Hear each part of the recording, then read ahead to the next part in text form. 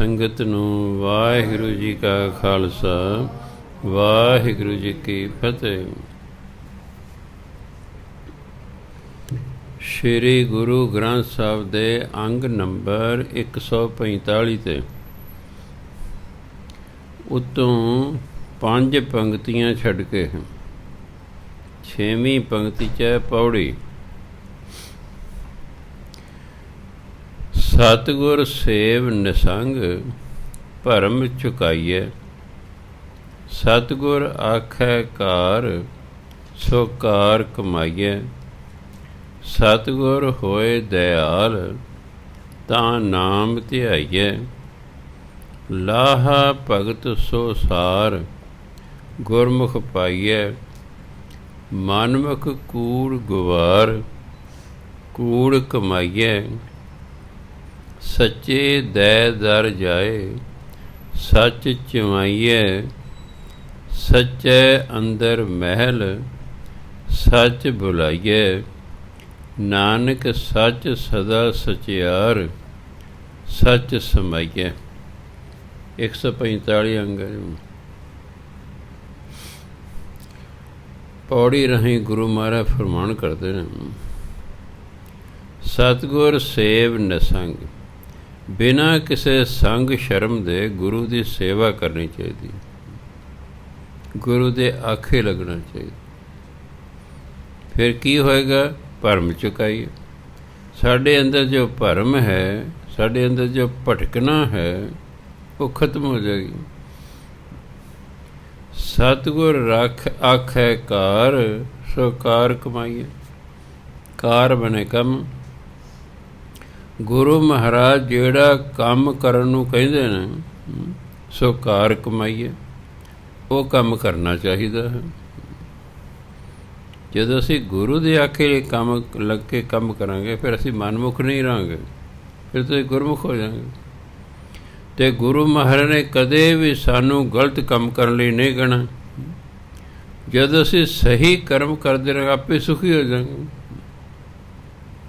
ਦੁਖੀ ਮਨੁੱਖ ਤਾਂ ਇਸ ਲਈ ਹੈ ਕਿ ਇਹਨੇ ਮਾੜੇ ਕੰਮ ਕੀਤੇ, ਮਨ ਮਰਜ਼ੀ ਕੀਤੀ, ਗੁਰੂ ਮਹਾਰਾਜ ਦੇ ਆਖੇ ਨਹੀਂ ਲੱਗੇ, ਇਸ ਲਈ ਫਿਰ ਉਹ ਮਾੜੇ ਕਰਮ ਕਰਦੇ ਅਤੇ ਅੱਗੇ ਕਿਸਮਤ ਮਾੜੀ ਹੋ ਗਈ।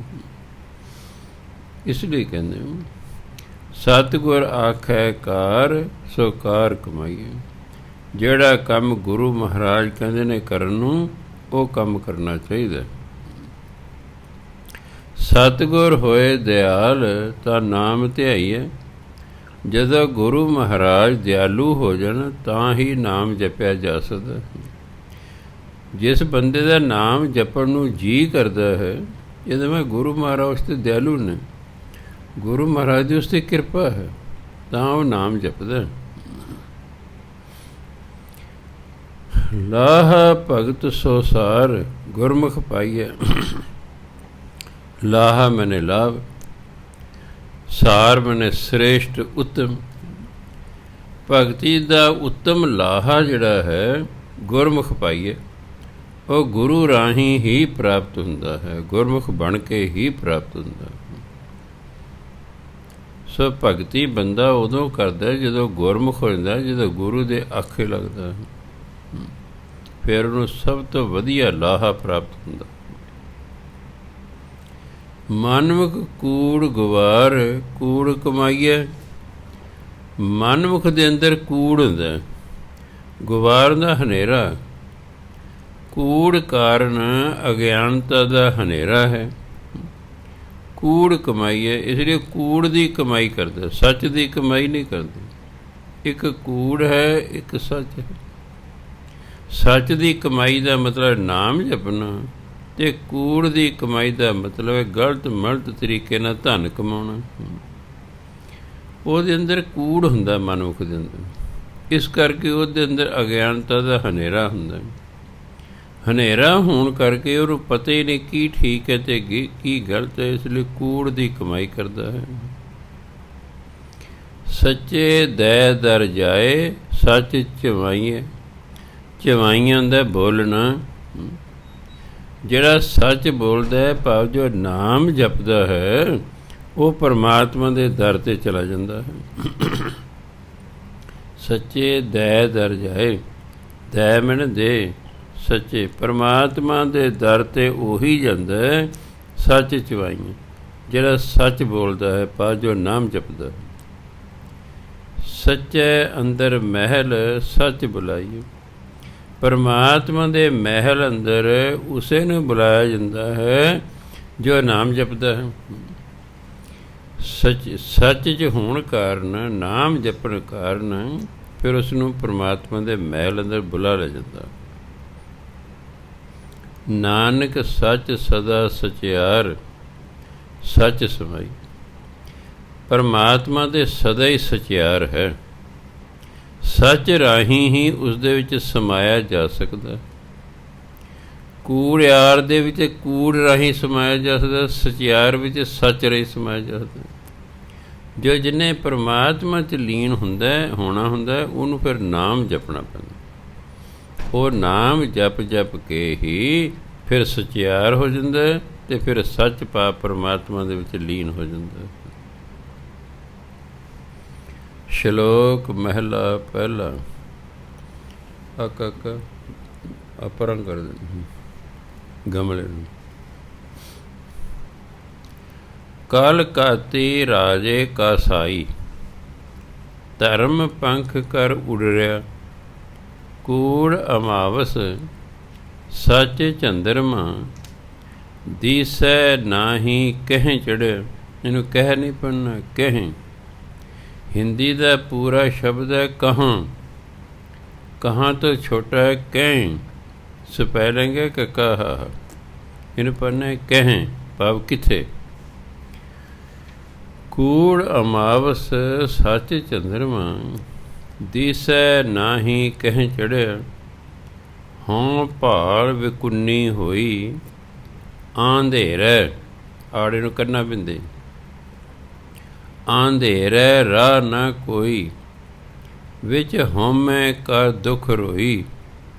ਕਹ ਨਾਨਕ ਕਿਨ ਬਿਧ ਗਤ ਹੋਈ। ਗੁਰੂ ਮਹਾਰਾਜ ਕਹਿੰਦੇ ਕਾਲ ਕਾਤੀ। ਕਾਲ ਮਾਨੇ ਕਲਯੁਗ।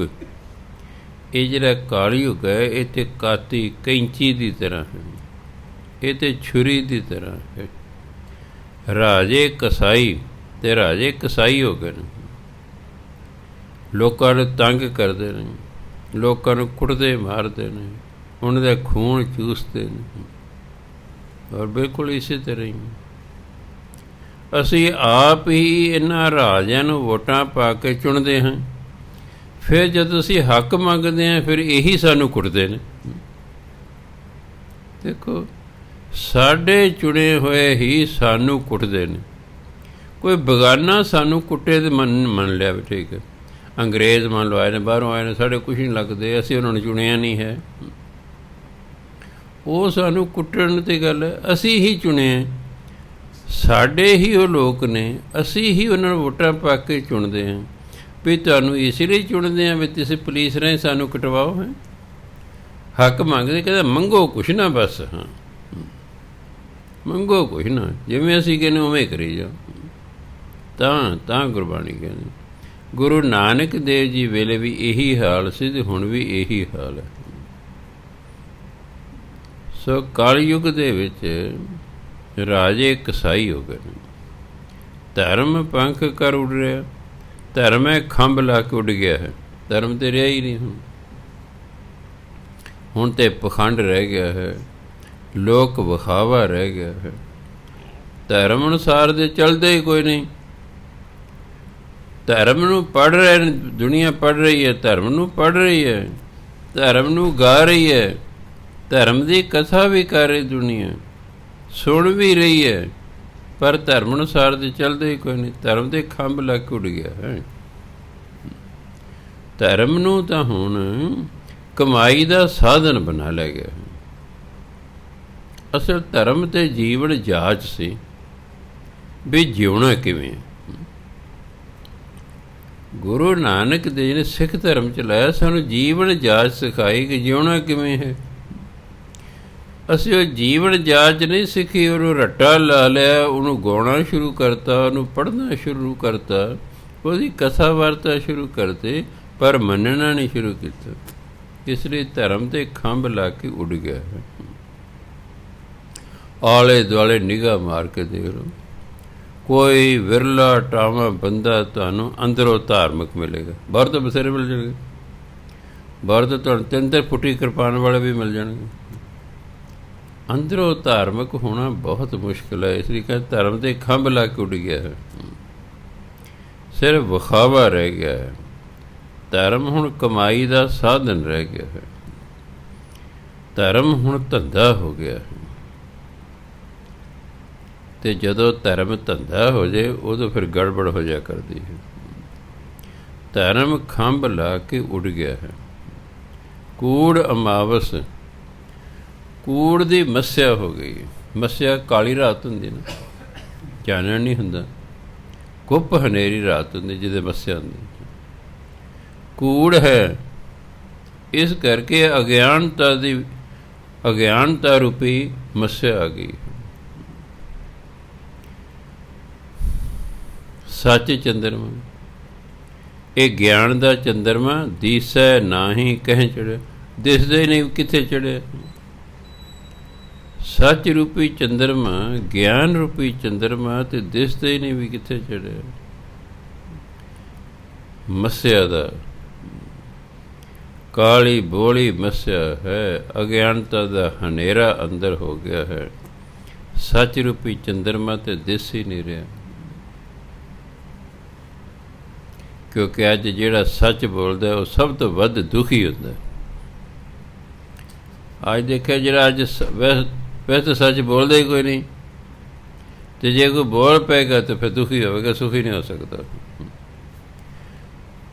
ਕਈ ਵਾਰੀ ਸੱਚ ਬੋਲਣਾ ਔਖਾ ਨਹੀਂ ਹੁੰਦਾ, ਪਰ ਸੱਚ ਬੋਲ ਕੇ ਜਿਹੜੀ ਫਿਰ ਮੁਸੀਬਤ ਖੜੀ ਹੁੰਦੀ ਹੈ ਉਹ ਔਖੀ ਹੈ। ਆ ਭਾਰਤ ਦੇ ਵੱਡੇ ਵੱਡੇ ਜਿਹੜੇ ਵਿਦਵਾਨ ਨੇ 80-80, 82-82 ਸਾਲਾਂ ਦੇ, ਉਹਨਾਂ ਨੇ ਸੱਚ ਬੋਲਿਆ। ਅੱਜ ਦੀ ਸਰਕਾਰ ਨੂੰ ਉਹ ਚੰਗੇ ਨਹੀਂ ਲੱਗੇ, ਉਹਨੂੰ ਫੜ ਕੇ ਅੰਦਰ ਕਰ ਦਿੱਤਾ ਗਿਆ। ਸੱਚ ਤੇ ਬੋਲਤਾ ਉਹਨਾਂ ਨੇ, ਸੱਚ ਤੇ ਉਹਨਾਂ ਨੇ ਲਿਖਦਾ, ਪਰ ਉਹ ਸੱਚ ਬੋਲਣ ਦੇ ਲਿਖਣ ਦੀ ਸਜ਼ਾ ਉਹਨਾਂ ਨੂੰ ਇਹ ਹੈ ਕਿ ਉਹਦੇ ਜ਼ਮਾਨਤ ਹੀ ਨਹੀਂ ਹੋ ਰਹੀ, ਬੈਠੇ ਰਹਿੰਦੇ। ਇਸ ਲਈ ਪਹਿਲਾਂ ਤਾਂ ਸੱਚ ਹੀ ਕੋਈ ਨਹੀਂ ਬੋਲਦਾ, ਅਤੇ ਜੇ ਕੋਈ ਬੋਲ ਪੈਂਦਾ ਤਾਂ ਉਹਨੂੰ ਮਗਰੋਂ ਪਛਤਾਵਾ ਹੁੰਦਾ ਕਿ ਇਸ ਝੂਠਿਆਂ ਦੀ ਦੁਨੀਆ ਵਿੱਚ ਸੱਚ ਬੋਲ ਕੇ ਦੁੱਖ ਹੀ ਦੁੱਖ ਹੋਣਾ। ਸੱਚ ਬੋਲੇ ਤਾਂ ਛੁੱਟੀ ਨਹੀਂ ਮਿਲਦੀ। ਕਈ ਵਾਰੀ ਛੁੱਟੀ ਲੈਣ ਲਈ ਛੁੱਟੀ ਮਿਲਣੀ ਨਾ, ਫਰਜ਼ੀ ਜਿਹੜਾ ਹੈ ਆ ਡਾਕਟਰ ਤੋਂ ਲਿਖਾ ਕੇ ਮੈਡੀਕਲ ਸਰਟੀਫਿਕੇਟ ਦੇਣਾ, ਅਤੇ ਡਾਕਟਰ ਨੇ ਲਿਖ ਦੇਣਾ ਵੀ ਇਹਦੇ ਢਿੱਡ ਪੀੜ ਹੋ ਰਹੀ ਹੈ ਜੀ, ਤਾਂ ਜੋ ਕਸ ਜਾਵੇ ਵੀ ਨਾ। ਮੰਨ ਲਓ ਅਫਸਰ ਕਹਿੰਦਾ ਨਹੀਂ ਜੀ ਚੈੱਕ ਕਰਾਓ, ਹਮੇਂ ਡਾਕਟਰ ਕਹਿੰਦਾ ਜੀ ਜੇ ਮਰਜ਼ੀ ਕਰ ਲੈ। ਮੰਨ ਲਓ ਅਫਸਰ ਕਹਿੰਦਾ ਝੂਠਾ ਘਰ ਬੈਠਾ ਜੀ ਇਹ, ਤਾਂ ਕਈ ਵਾਰ ਢਿੱਡ ਪੀੜ ਹੁੰਦੀ ਹੈ, ਕਿਸੇ ਅਕਸਰ 'ਚ ਨਹੀਂ ਆਏਗੀ, ਜੋ ਮਰਜ਼ੀ ਕਰ ਲਿਓ, ਹੋ ਰਹੀ ਬਸ ਢਿੱਡ ਪੀੜ। 20 ਰੁਪਏ ਦਿਓ, ਸਰਟੀਫਿਕੇਟ ਬਣ ਗਿਆ, ਛੁੱਟੀ ਮਿਲ ਗਈ, ਨਹੀਂ ਤਾਂ ਮਿਲਦੀ ਨਹੀਂ ਹੈ। ਝੂਠ ਬੋਲਣਾ। ਕਾਲਯੁੱਗ ਦੇ ਵਿੱਚ ਮੈਂ ਦੇਖਿਆ ਦਿਨ 'ਚ ਪਤਾ ਨਹੀਂ ਕਿੰਨੇ ਵਾਰੀ ਝੂਠ ਬੋਲਿਆ ਜਾਂਦਾ ਹੈ। ਇਸ ਲਈ ਇਹ ਕੂੜ ਦੀ ਮੱਸਿਆ ਹੈ। ਸੱਚ ਰੂਪੀ ਚੰਦਰਮਾ ਦਾ ਦਿਸਦੇ ਨਹੀਂ ਕਿੱਥੇ ਚੜਿਆ। ਹਾਂ ਭਾਲ ਵਿਕੁੰਨੀ ਹੋਈ, ਵਿਕੁੰਨੀ ਹੁੰਦਾ ਵਿਆਕੁਲ। ਮੈਂ ਸੱਚ ਰੂਪੀ ਚੰਦਰਮਾ ਨੂੰ ਲੱਭਦੀ ਲੱਭਦੀ ਵਿਆਕੁਲ ਹੋ ਗਈ ਹਾਂ। ਅੰਧੇਰਾ ਰਾਹ ਨਾ ਕੋਈ, ਮੈਨੂੰ ਇਸ ਅਗਿਆਨਤਾ ਰੂਪੀ ਹਨੇਰੇ 'ਚ, ਇਸ ਅਗਿਆਨਤਾ ਵਿੱਚੋਂ ਨਿਕਲਦਾ ਕੋਈ ਰਾਹ ਹੀ ਨਹੀਂ ਲੱਭ ਰਿਹਾ, ਰਾਹ ਨਹੀਂ ਲੱਭ ਰਿਹਾ। ਵਿੱਚ ਹਉਮੈ ਕਰ ਦੁੱਖ ਰੋਈ, ਹਉਮੈ ਕਾਰਨ ਦੁੱਖ ਹੋ ਗਿਆ ਹੈ। ਹਉਮੈ ਆਪਣੇ ਆਪ ਹੀ ਦੁੱਖ ਹੈ। ਇਹ ਦੁੱਖ ਕਰਕੇ ਮਨੁੱਖ ਰੋਈ ਤੇ ਭਾਵ ਦੁਖੀ ਹੋ ਰਿਹਾ ਹੈ। ਕਹੋ ਨਾਨਕ ਕਿਨ ਬਿਦ ਗਤ ਹੋਏ। ਗੁਰੂ ਮਹਾਰਾਜ ਕਹਿੰਦੇ ਦੱਸੋ ਕਿਸ ਤਰੀਕੇ ਨਾਲ ਇਹ ਮੁਕਤੀ ਹੋ ਸਕਦੀ ਹੈ ਇਸ ਕੁੱਪ ਹਨੇਰੇ 'ਚ। ਢੰਗ ਨਹੀਂ ਇਸ ਸ਼ਬਦ 'ਚ ਦੱਸਿਆ, ਸਿਰਫ ਇਹਨੇ ਪ੍ਰਸ਼ਨ ਕਰਤਾ ਕਿਸ ਤਰੀਕੇ ਨਾਲ ਕਹਿੰਦੇ ਗਤੀ ਹੋ ਸਕਦੀ ਇਸ ਹਨੇਰੇ ਕੁੱਪ ਹਨੇਰੇ 'ਚ ਨਿਕਲਣੀ। ਕਿਸ ਤਰੀਕੇ ਨਾਲ ਹੋ ਸਕਦਾ। ਹੁਣ ਅਗਲੀ ਤੀਸਰੇ ਪਾਤਸ਼ਾਹ ਨੂੰ ਕਲੀਅਰ ਕੀਤਾ। ਗੁਰੂ ਨਾਨਕ ਦੇਵ ਇੱਥੇ ਗੱਲ ਲਿਆ ਕੇ ਛੱਡਤੀ ਬਈ ਹੁਣ ਜਿਹੜਾ ਕਲਯੁਗ ਹੈ ਇਹ ਕੈਂਚੀ ਦੀ ਨਿਆਈ ਹੈ। ਇਹ ਰਾਜੇ ਕਸਾਈ ਹੋ ਗਏ ਨੇ, ਧਰਮ ਖੰਭ ਲਾ ਕੇ ਉੱਡ ਗਿਆ ਹੈ, ਕੂੜ ਦੀ ਮੱਸਿਆ ਹੈ, ਸੱਚ ਰੂਪੀ ਚੰਦਰਮਾ ਦਿਸਦਾ ਹੀ ਨਹੀਂ ਕਿੱਥੇ ਚੜ੍ਹਿਆ ਹੈ। ਮੈਂ ਸੱਚ ਰੂਪੀ ਚੰਦਰਮਾ ਨੂੰ ਲੱਭਦੀ ਵਿਆਕੁਲ ਹੋ ਗਈ ਹਾਂ, ਪਰ ਇਸ ਘੁੱਪ ਹਨੇਰੇ 'ਚ ਮੈਨੂੰ ਬਾਹਰ ਨਿਕਲਣ ਦਾ ਰਾਹ ਹੀ ਨਹੀਂ ਲੱਭ ਰਿਹਾ। ਫਿਰ ਕਹਿੰਦੇ ਮੇਰੇ ਅੰਦਰ ਹਉਮੈ ਸੀ, ਹਉਮੈ ਕਾਰਨ ਸਾਰਾ ਕੂੜ ਹੋ ਗਿਆ, ਅੰਦਰ ਅਗਿਆਨਤਾ ਰੂਪੀ ਹਨੇਰਾ ਹੋ ਗਿਆ, ਇਸ ਕਰਕੇ ਮੈਨੂੰ ਦੁੱਖ ਹੈ। ਹੁਣ ਦੱਸੋ ਕਿਸ ਤਰੀਕੇ ਨਾਲ ਮੇਰੀ ਗਤੀ ਹੋ ਸਕਦੀ ਹੈ, ਕਿਸ ਤਰੀਕੇ ਨਾਲ ਮੈਂ ਇਸ ਘੁੱਪ ਹਨੇਰੇ ਅਗਿਆਨਤਾ ਦੇ ਹਨੇਰੇ 'ਚੋਂ ਬਾਹਰ ਨਿਕਲ ਸਕਦੀ ਹਾਂ। ਇਹਨਾਂ ਕਹਤੇ ਹੁਣ ਤੀਸਰੇ ਪਾਤਸ਼ਾਹ ਨੇ ਇਹ ਗੱਲ ਕਲੀਅਰ ਕੀਤੀ। ਉਹ ਕਹਿੰਦੇ ਕਲ ਕੀਰਤ ਪ੍ਰਗਟ ਚਾਨਣ ਸੰਸਾਰ, ਗੁਰਮੁਖ ਕੋਈ ਉਤਰੈ ਪਾਰ, ਜਿਸ ਨੂੰ ਨਜ਼ਰ ਕਰੇ ਤਿਸ ਦੇਵੈ, ਨਾਨਕ ਗੁਰਮੁਖ ਰਤਨ ਸੋ ਲੇਵੈ। ਕਲਯੁਗ ਦੇ ਵਿੱਚ ਕੀਰਤ ਪਰਮਾਤਮਾ ਦੀ ਸਿਫਤ ਸਲਾਹ ਇਹ ਕਹਿੰਦੇ ਸੰਸਾਰ 'ਚ ਗਿਆਨ ਦਾ ਚਾਨਣ ਕਰਦੀ ਹੈ। ਚਾਨਣ ਚਾਹੀਦਾ ਸੀ ਬਾਹਰ ਨਿਕਲਦੇ। ਕਹਿੰਦੇ ਪਰਮਾਤਮਾ ਦੀ ਸਿਫਤ ਸਲਾਹ ਕਰੋ, ਉਹਦਾ ਨਾਮ ਜਪੋ, ਤੁਹਾਡੇ ਅੰਦਰ ਗਿਆਨ ਦਾ ਪ੍ਰਕਾਸ਼ ਹੋਏਗਾ, ਫਿਰ ਤੁਸੀਂ ਇਸ ਅਗਿਆਨਤ ਰੂਪੀ ਹਨੇਰੇ 'ਚ ਬਾਹਰ ਨਿਕਲ ਸਕਦੇ ਹੋ। ਗੁਰਮੁਖ ਕੋਈ ਉਤਰੈ ਪਰ ਕੋਈ ਵਿਰਲਾ ਟਾਵਾ ਗੁਰਮੁਖ ਹੈ ਜਿਹੜਾ ਇਸ ਘੁੱਪ ਹਨੇਰੇ ਤੋਂ ਬਾਹਰ ਨਿਕਲੇਗਾ। ਜੇ ਕੋਈ ਗੁਰੂ ਦੀ ਗੱਲ ਮੰਨੇਗਾ, ਸਹੀ ਕਰਮ ਕਰੇਗਾ, ਨਾਮ ਜਪੇਗਾ, ਤਾਂ ਹੀ ਉਹਦੇ ਅੰਦਰ ਹਨੇਰਾ ਖਤਮ ਹੋਏਗਾ ਅਤੇ ਉਹ ਪਰਲੇ ਬੰਨੇ ਲੱਗ ਸਕੇਗਾ। ਜਿਸ ਨੂੰ ਨਜ਼ਰ ਕਰੇ ਤਿਸ ਦੇਵੈ, ਜਿਸ 'ਤੇ ਪਰਮਾਤਮਾ ਕਿਰਪਾ ਦ੍ਰਿਸ਼ਟੀ ਕਰਦਾ। ਨਜ਼ਰ ਦੀ ਕਿਰਪਾ ਦ੍ਰਿਸ਼ਟੀ ਇੱਕ ਹੁੰਦਾ ਕਰਮ, ਕਰਮ ਹੁੰਦੀ ਹੈ ਬਖਸ਼ਿਸ਼, ਉਦੋਂ ਉੱਪਰਲੀ ਅਵਸਥਾ ਹੁੰਦੀ ਹੈ ਨਜ਼ਰ। ਜਦੋਂ ਮਨੁੱਖ ਦੇ ਬਖਸ਼ਿਸ਼ ਹੁੰਦੀ ਹੈ ਤਾਂ ਉਹ ਕਰਮ ਖੰਡ 'ਚ ਚਲਿਆ ਜਾਂਦਾ। ਜਦੋਂ ਉਸ 'ਤੇ ਨਜ਼ਰ ਹੁੰਦੀ ਹੈ ਫਿਰ ਸੱਚਖੰਡ ਚਲੇ ਜਾਂਦਾ, ਫਿਰ ਸੱਚਖੰਡ ਚਲੇ ਜਾਂਦਾ। ਜਦੋਂ ਸਤ ਸੰਗਤ 'ਚ ਆਉਂਦਾ ਹੈ ਉਹ ਧਰਮ ਖੰਡ 'ਚ ਆ ਗਿਆ ਹੈ। ਸਤ ਸੰਗਤ 'ਚ ਆ ਕੇ ਉਹਨੂੰ ਗਿਆਨ ਹੁੰਦਾ ਹੈ। ਜਦੋਂ ਗਿਆਨ ਹੁੰਦਾ ਗਿਆਨ ਖੰਡ 'ਚ ਚਲਿਆ ਜਾਂਦਾ ਹੈ। ਜਦੋਂ ਗਿਆਨ ਹੁੰਦਾ ਤਾਂ ਉਸ ਗਿਆਨ ਦੇ ਅਨੁਸਾਰ ਉਹ ਮਿਹਨਤ ਕਰਦਾ ਹੈ। ਜਦੋਂ ਉਹ ਮਿਹਨਤ ਕਰਦਾ ਤਾਂ ਸ਼ਰਮ ਖੰਡ 'ਚ ਚਲਿਆ ਜਾਂਦਾ ਹੈ। ਮਿਹਨਤ ਕਰਦਿਆਂ ਕਰਦੇ ਉਸ 'ਤੇ ਫਿਰ ਪਰਮਾਤਮਾ ਦੀ ਬਖਸ਼ਿਸ਼ ਹੁੰਦੀ ਹੈ, ਫਿਰ ਉਹ ਕਰਮ ਖੰਡ 'ਚ ਚਲਿਆ ਜਾਂਦਾ।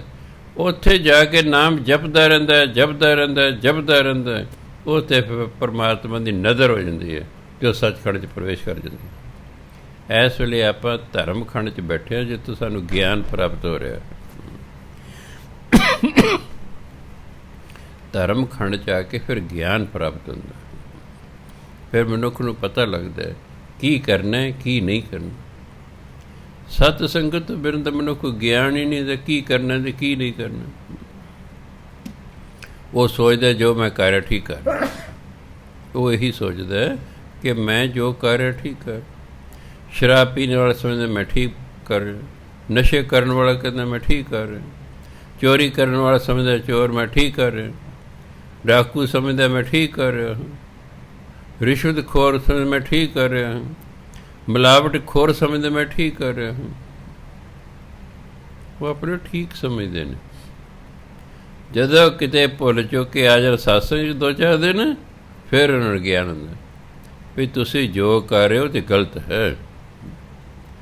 ਜਦੋਂ ਪਤਾ ਲੱਗੇਗਾ ਗਲਤ ਹੈ ਅਤੇ ਗਲਤ ਕੰਮ ਦਾ ਕੀ ਨਤੀਜਾ ਨਿਕਲਣਾ, ਜਦੋਂ ਨਾਲ ਨਤੀਜਾ ਵੀ ਪਤਾ ਲੱਗੇਗਾ, ਫਿਰ ਮਨੁੱਖ ਡਰ ਕੇ ਹੋ ਸਕਦਾ ਗਲਤ ਕੰਮ ਛੱਡ ਦੇਵੇ। ਅਤੇ ਕਈ ਤਾਂ ਨਿਰਲੱਜ ਹੁੰਦੇ ਨੇ, ਉਹ ਲੱਗੇ ਹੀ ਰਹਿੰਦੇ ਨੇ, ਹਟਦੇ ਨਹੀਂ ਹੈਗੇ। ਇਸ ਲਈ ਗੁਰੂ ਮਹਾਰਾਜ ਕਹਿੰਦੇ ਜਿਸ ਨੂੰ ਨਜ਼ਰ ਕਰੇ ਤਿਸ ਦੇਵੇ। ਜਿਸ 'ਤੇ ਪਰਮਾਤਮਾ ਕਿਰਪਾ ਦ੍ਰਿਸ਼ਟੀ ਕਰਦੇ ਨੇ ਉਹਨੂੰ ਆਪਣੀ ਸਿਫਤ ਸਲਾਹ ਦੀ ਬਖਸ਼ਿਸ਼ ਕਰਦੇ ਉੱਤੇ ਕੀਰਤ। ਪਰਮਾਤਮਾ ਦੀ ਸਿਫਤ ਸਲਾਹ ਉਹੀ ਕਰਦਾ ਜਿਸ 'ਤੇ ਪਰਮਾਤਮਾ ਦੀ ਕਿਰਪਾ ਦ੍ਰਿਸ਼ਟੀ ਹੋ ਜਾਂਦੀ। ਨਾਨਕ ਗੁਰਮੁਖ ਰਤਨ ਸੋ ਲੇਵੈ, ਇਹੋ ਜਿਹਾ ਵਿਅਕਤੀ ਫਿਰ ਗੁਰੂ ਤੋਂ ਨਾਮ ਰਤਨ ਪ੍ਰਾਪਤ ਕਰਦਾ ਹੈ। ਜਿਵੇਂ ਰਤਨ ਕੀਮਤੀ ਹੁੰਦਾ ਹੈ, ਇਸ ਤਰ੍ਹਾਂ ਪਰਮਾਤਮਾ ਦੇ ਨਾਮ ਨੂੰ ਹਰ ਇੱਕ ਚੀਜ਼ ਤੋਂ ਵੱਧ ਕੀਮਤੀ ਗਿਣਿਆ ਗਿਆ ਹੈ, ਕਿਉਂਕਿ ਪਰਮਾਤਮਾ ਦੇ ਨਾਮ ਵਿੱਚ ਇੰਨੀ ਤਾਕਤ ਹੈ ਕਿ ਤੁਸੀਂ ਨਾਮ ਸ਼ਕਤੀ ਦੇ ਨਾਲ ਹਰ ਇੱਕ ਚੀਜ਼ ਪ੍ਰਾਪਤ ਕਰ ਸਕਦੇ ਹੋ। ਹਰ ਇੱਕ ਚੀਜ਼ ਪ੍ਰਾਪਤ ਕਰ ਸਕਦੇ। ਇਹ ਨਾਮ ਸ਼ਕਤੀ ਨਾਲ ਰਿੱਧੀਆਂ ਸਿੱਧੀਆਂ ਪ੍ਰਾਪਤ ਹੁੰਦੀਆਂ। ਨਾਮ ਸ਼ਕਤੀ ਨਾਲ ਇਹ ਪਰਮਾਤਮਾ ਪ੍ਰਾਪਤ ਹੁੰਦਾ ਹੈ। ਨਾਮ ਦੇ ਵਿੱਚ ਇੰਨੀ ਤਾਕਤ ਹੈ। ਜਿਹੜਾ ਮੰਗਦਾ ਹੈ ਨਾ, ਮੰਗਦਾ ਕਿਤੇ ਕੁਝ ਸਾਲ ਡਟ ਕੇ ਨਾਮ ਜਪ ਲੈ, ਦਾਤਾ ਹੋ ਜਾਏਗਾ, ਉਹ ਦਾਤਾ ਹੋ ਜਾਏਗਾ। ਪਰ ਅਸੀਂ ਮੰਗਤਾ ਪੁਣ ਚੋਂ ਨਿਕਲ ਹੀ ਨਹੀਂ ਚਾਹੁੰਦੇ। ਕਰੇ ਤਾਂ ਕਰੇ ਕੀ। ਸਾਨੂੰ ਮੰਗਤਾ ਪੁਣਾ ਚੰਗਾ ਲੱਗਦਾ ਹੈ। ਅਸੀਂ ਦਾਤਿਆਂ ਦੇ ਦਰਾਂ 'ਤੇ ਫਿਰੀ ਜਾਂਦੇ ਹਾਂ। ਗੁਰਬਾਣੀ ਕਿ ਤੁਸੀਂ ਆਪ ਹੀ ਦਾਤੇ ਬਣ ਲਓ।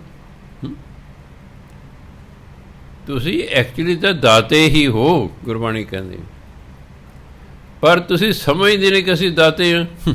ਕਿੱਥੇ ਜੀ ਮੈਂ, ਕਿੱਥੇ ਮੈਂ ਤੇ ਮੰਗਤਾ ਜੀ, ਮੈਂ ਕਿੱਥੇ ਦਾਤਾ, ਮੇਰੇ ਭਾਗਾਂ 'ਚ ਕਿੱਥੇ, ਇਹੀ ਕਰੇ ਟੋਲਦੇ ਨੇ। ਪਰਮਾਤਮਾ ਕਹਿੰਦਾ ਮੈਂ ਤੇ ਤੁਹਾਨੂੰ, ਮੈਂ ਦਾਤਾ ਹਾਂ ਅਤੇ ਮੈਂ ਤੇ ਤੁਹਾਨੂੰ ਦਾਤਾ ਹੀ ਪੈਦਾ ਕੀਤਾ ਹੈ, ਪਰ ਮਾਇਆ ਦਾ ਪਰਦਾ ਤੁਹਾਡੇ 'ਤੇ ਪੈਣ ਕਰਕੇ ਤੁਸੀਂ ਆਪਣੇ ਆਪ ਨੂੰ ਮੰਗਤੇ ਹੀ ਸਮਝੀ ਜਾ ਰਹੇ ਹੋ, ਅਤੇ ਤੁਹਾਡੇ 'ਚ ਹੌਸਲਾ ਹੀ ਨਹੀਂ ਪੈਂਦਾ ਕਿ ਮੈਂ ਮੰਗਤੇ ਤੋਂ ਦਾਤਾ ਬਣ ਜਾਵਾਂ। ਹਰ ਬੰਦਾ ਮੰਗਤੇ ਤੋਂ ਦਾਤਾ ਬਣ ਸਕਦਾ ਹੈ। ਇੰਨੀ ਜ਼ਬਰਦਸਤ ਬਾਣੀ ਦੇ ਨਾਮ ਸਾਡੇ ਕੋਲ ਹੈ। ਨਾਮ ਜਪਦਿਆਂ ਜਪਦਿਆਂ ਬੰਦੇ ਨੂੰ ਰਿੱਧੀਆਂ ਸਿੱਧੀਆਂ ਪ੍ਰਾਪਤ ਹੋ ਜਾਂਦੀਆਂ। ਰਿੱਧੀ ਦਾ ਮਤਲਬ ਧਨ ਦੌਲਤ, ਸਿੱਧੀ ਦਾ ਮਤਲਬ ਆਤਮਿਕ ਸ਼ਕਤੀਆਂ ਇਹ ਪ੍ਰਾਪਤੀ। ਉਦੋਂ ਉੱਪਰਲੀ ਸਟੇਜ ਹੈ ਪਰਮਾਤਮਾ ਦੀ ਪ੍ਰਾਪਤੀ। ਨਾਮ ਜਪਣ ਵਾਲਾ ਭੁੱਖਾ ਨਹੀਂ ਰਹਿ ਸਕਦਾ, ਉਹ ਗਰੀਬ ਕੰਗਾਲ ਨਹੀਂ ਰਹਿ ਸਕਦਾ। ਪਰ ਗਰੀਬ ਕੰਗਾਲ ਦੇ ਅੰਦਰ ਇੰਨੀ ਸੋਝੀ ਹੀ ਨਹੀਂ ਕਿ ਮੈਂ ਇਸ ਗਰੀਬੀ ਵਿੱਚੋਂ, ਇਸ ਕੰਗਾਲੀ 'ਚ ਬਾਹਰ ਨਿਕਲਾਂ। ਸਿਆਪਾ ਤੇ ਆ ਹੈ। ਗਰੀਬ ਕੰਗਾਲ ਅਨਪੜ੍ਹ ਨੂੰ ਸੋਝੀ ਹੀ ਨਹੀਂ ਕਿ ਮੈਂ ਜਿਸ ਹਾਲਤ ਵਿੱਚ ਹੁਣ ਹਾਂ, ਮੈਂ ਇਸ 'ਚੋਂ ਨਿਕਲ ਸਕਦਾ ਹਾਂ। ਉਹ ਨਿਕਲ ਲਈ ਯਤਨ ਹੀ ਨਹੀਂ ਕਰਦਾ। ਇੱਥੇ ਸਾਧੂ ਸੰਤ ਮਹਾਤਮਾ ਗੁਰੂ ਪੀਰ ਪੈਗੰਬਰ ਅਵਤਾਰ ਆ ਕੇ ਚਲੇ ਗਏ। ਇਹ ਮਨੁੱਖ ਨਹੀਂ ਬਾਹਰ ਨਿਕਲਦਾ। ਇਹ ਗਿੱਦੜ ਡਿੱਗ ਪਿਆ ਟੋਏ 'ਚ, ਇੱਕ ਕੋਲੋਂ ਦੂਜਾ ਜਾਨਵਰ ਲੰਘਿਆ, ਕਹਿੰਦਾ ਤੇ ਟੋਏ 'ਚ ਬੈਠਾ, ਕਹਿੰਦਾ ਮੇਰਾ ਘਰ ਹੈ। ਆਹ ਪ੍ਰੋਬਲਮ ਹੈ। ਹੁਣ ਘਰ 'ਚ ਬਾਹਰ, ਜੇ ਉਹ ਕਹਿੰਦਾ ਮੈਂ ਟੋਏ ਡਿੱਗ ਪਿਆ, ਹੋ ਸਕਦਾ ਕੋਈ ਨਾ ਕੋਈ ਨੂੰ ਕੱਢ ਦਿੰਦਾ। ਉਹ ਕਹਿੰਦਾ ਇਹ ਤਾਂ ਯਾਰਾਂ ਦਾ ਘਰ ਹੈ, ਚੰਗਾ ਬੈਠਾ ਰਹਿ, ਫਿਰ ਤੇਰਾ ਘਰ ਹੈ। ਤਾਂ ਆਹ ਹਾਲ ਹੈ ਸਾਡਾ। ਧਰਮ ਕਹਿੰਦਾ ਤੁਸੀਂ ਘਰ 'ਚ ਨਹੀਂ, ਤੁਸੀਂ ਟੋਏ 'ਚ ਡਿੱਗੇ ਹੋਏ ਹੋ। ਗੁਰੂ ਨੂੰ ਆਪਣੀ ਬਾਂਹ ਫੜੋ, ਤੁਹਾਨੂੰ ਟੋਏ 'ਚ ਬਾਹਰ ਕੱਢੇਗਾ। ਅਸੀਂ ਕਹਿੰਦੇ ਨਾ ਜੀ, ਅਸੀਂ ਤਾਂ ਘਰ 'ਚ ਬੈਠੇ ਹਾਂ। ਮੈਂ ਆਪਣਾ ਹੱਥ ਕਿਸੇ ਨੂੰ ਫੜਾਉਣ ਲਈ ਤਿਆਰ ਨਹੀਂ। ਤਿਆਰ ਕਰ ਦਫਾ ਫਿਰ ਪੈਰ ਬੈਠੇ ਕਰ। ਮੈਂ ਆਪਣਾ ਕਿਸ ਨੂੰ ਹੱਥ ਫੜਾਵਾਂ, ਕਿਸੇ ਨੂੰ ਆਵਾਜ਼ ਮਾਰਾਂ, ਮੈਨੂੰ ਇਸ ਟੋਏ 'ਚੋਂ ਕੱਢੋ, ਅਤੇ ਕੋਈ ਨਾ ਕੋਈ ਆ ਜਾਏਗਾ।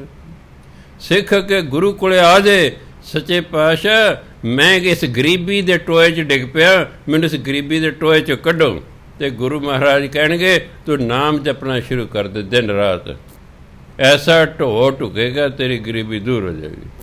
ਪਰ ਨਹੀਂ, ਇਹ ਨਾ ਗੁਰੂ ਕੋਲ ਜਾਵੇ, ਨਾ ਉਹਨੂੰ ਆਪਣਾ ਹੱਥ ਫੜਾਵੇ। ਬਸ ਆਹ ਪ੍ਰੋਬਲਮ ਹੈ।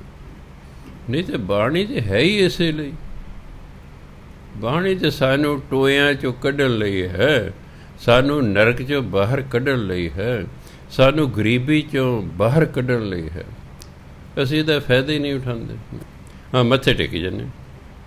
ਇਹ ਸੌਖਾ ਕੰਮ ਹੈ ਨਾ, ਮੱਥਾ ਟੇਕਣਾ ਤਾਂ ਸੌਖਾ ਕੰਮ ਹੈ, ਮੰਨਣਾ ਔਖਾ ਹੈ। ਹਾਲਾਤ ਤਾਂ ਮੰਨਣ ਤੋਂ ਬਾਅਦ ਬਦਲੇਗਾ। ਮੱਥੇ ਟੇਕਣਾ ਹਾਲਾਤ ਨਹੀਂ ਬਦਲਦੇ, ਮੱਥੇ ਟੇਕਣਾ ਹਾਲਾਤ ਨਹੀਂ ਬਦਲਿਆ ਕਰਦੇ, ਹਾਲਾਤ ਇਹ ਕੁਝ ਕਰਕੇ ਬਦਲਦੇ ਹਨ। ਗੁਰੂ ਨੂੰ ਮੱਥਾ ਟੇਕ ਦੇਣਾ ਸਾਡਾ ਹਾਲਤ ਨਹੀਂ ਬਦਲ ਜਾਏਗੀ, ਗੁਰੂ ਦੀ ਗੱਲ ਮੰਨ ਕੇ ਹੀ ਹਾਲਤ ਬਦਲੇਗੀ। ਜਿਉਂ ਅਸੀਂ ਬਾਣੀ ਨੂੰ ਮੰਨੀ ਜਾਵਾਂਗੇ ਉਹਦੇ ਅਨੁਸਾਰ ਅਸੀਂ ਜੀਵਨ ਜਿਉਣਾ ਸ਼ੁਰੂ ਕਰ ਦਾਂਗੇ, ਸਾਡੀ ਬੈਡ ਲੱਕ ਗੁੱਡ ਲੱਕ ਬਦਲਣੀ ਸ਼ੁਰੂ ਹੋ ਜਾਏਗੀ। ਜੇ ਪਹਿਲੇ ਹੀ ਗੁੱਡ ਹੈ ਤਾਂ ਬੈਟਰ ਹੋ ਜਾਏਗੀ। ਇਸ ਲਈ ਇਹਦਾ ਲਾਭ ਉਠਾਉਣਾ ਹੈ। ਜ਼ਿੰਦਗੀ ਬਾਗ ਥੋੜ੍ਹੀ ਜਿਹੀ ਰਹਿ ਗਈ, ਸਾਡੇ ਵੇਲੇ ਦੇ 2-2.5 ਸਾਲ ਰਹਿ ਗਏ ਹੋਣੇ ਵੱਧ ਤੋਂ ਵੱਧ, ਪਤਾ ਨਹੀਂ 2.5 ਦਿਨ ਰਹੇ ਨੇ ਕਿ ਨਹੀਂ ਰਹੇ। ਜਿੰਨਾ ਕੁ ਸਮਾਂ ਬਾਕੀ ਰਹਿੰਦਾ ਹੈ, ਜਿਹੜੇ ਨੌਜਵਾਨ ਬੈਠੇ ਹੋਏ ਇਹ ਨਾ ਸਮਝੋ ਜੇ ਸਾਡੀ ਬੜੀ ਉਮਰ ਹੈ, ਕੋਈ ਪਤਾ ਨਹੀਂ। ਗੁਰਬਾਣੀ ਕਹਿੰਦੀ ਅਸੀਂ ਹਾਂ ਫਸਲ ਅਤੇ ਕਿਸਾਨ ਦੀ ਮਰਜ਼ੀ ਹੈ, ਕੱਚੀ ਨੂੰ ਵੱਢ ਲਏ, ਡੱਡਰੀ ਨੂੰ ਵੱਢ ਲਏ, ਪੱਕੀ ਨੂੰ ਵੱਢ ਲਏ। ਬਚਪਨ 'ਚ ਅਸੀਂ ਮਰ ਸਕਦੇ ਹਾਂ, ਜਵਾਨੀ 'ਚ ਅਸੀਂ ਮਰ ਸਕਦੇ ਹਾਂ, ਬੁਢਾਪੇ 'ਚ ਅਸੀਂ ਮਰ ਸਕਦੇ ਹਾਂ, ਕੋਈ ਸਾਡਾ ਪਤਾ ਨਹੀਂ। ਕਿਸਾਨ ਦੀ ਮਰਜ਼ੀ ਹੈ ਕਦੋਂ ਫਸਲ ਵੱਢ ਲਏ।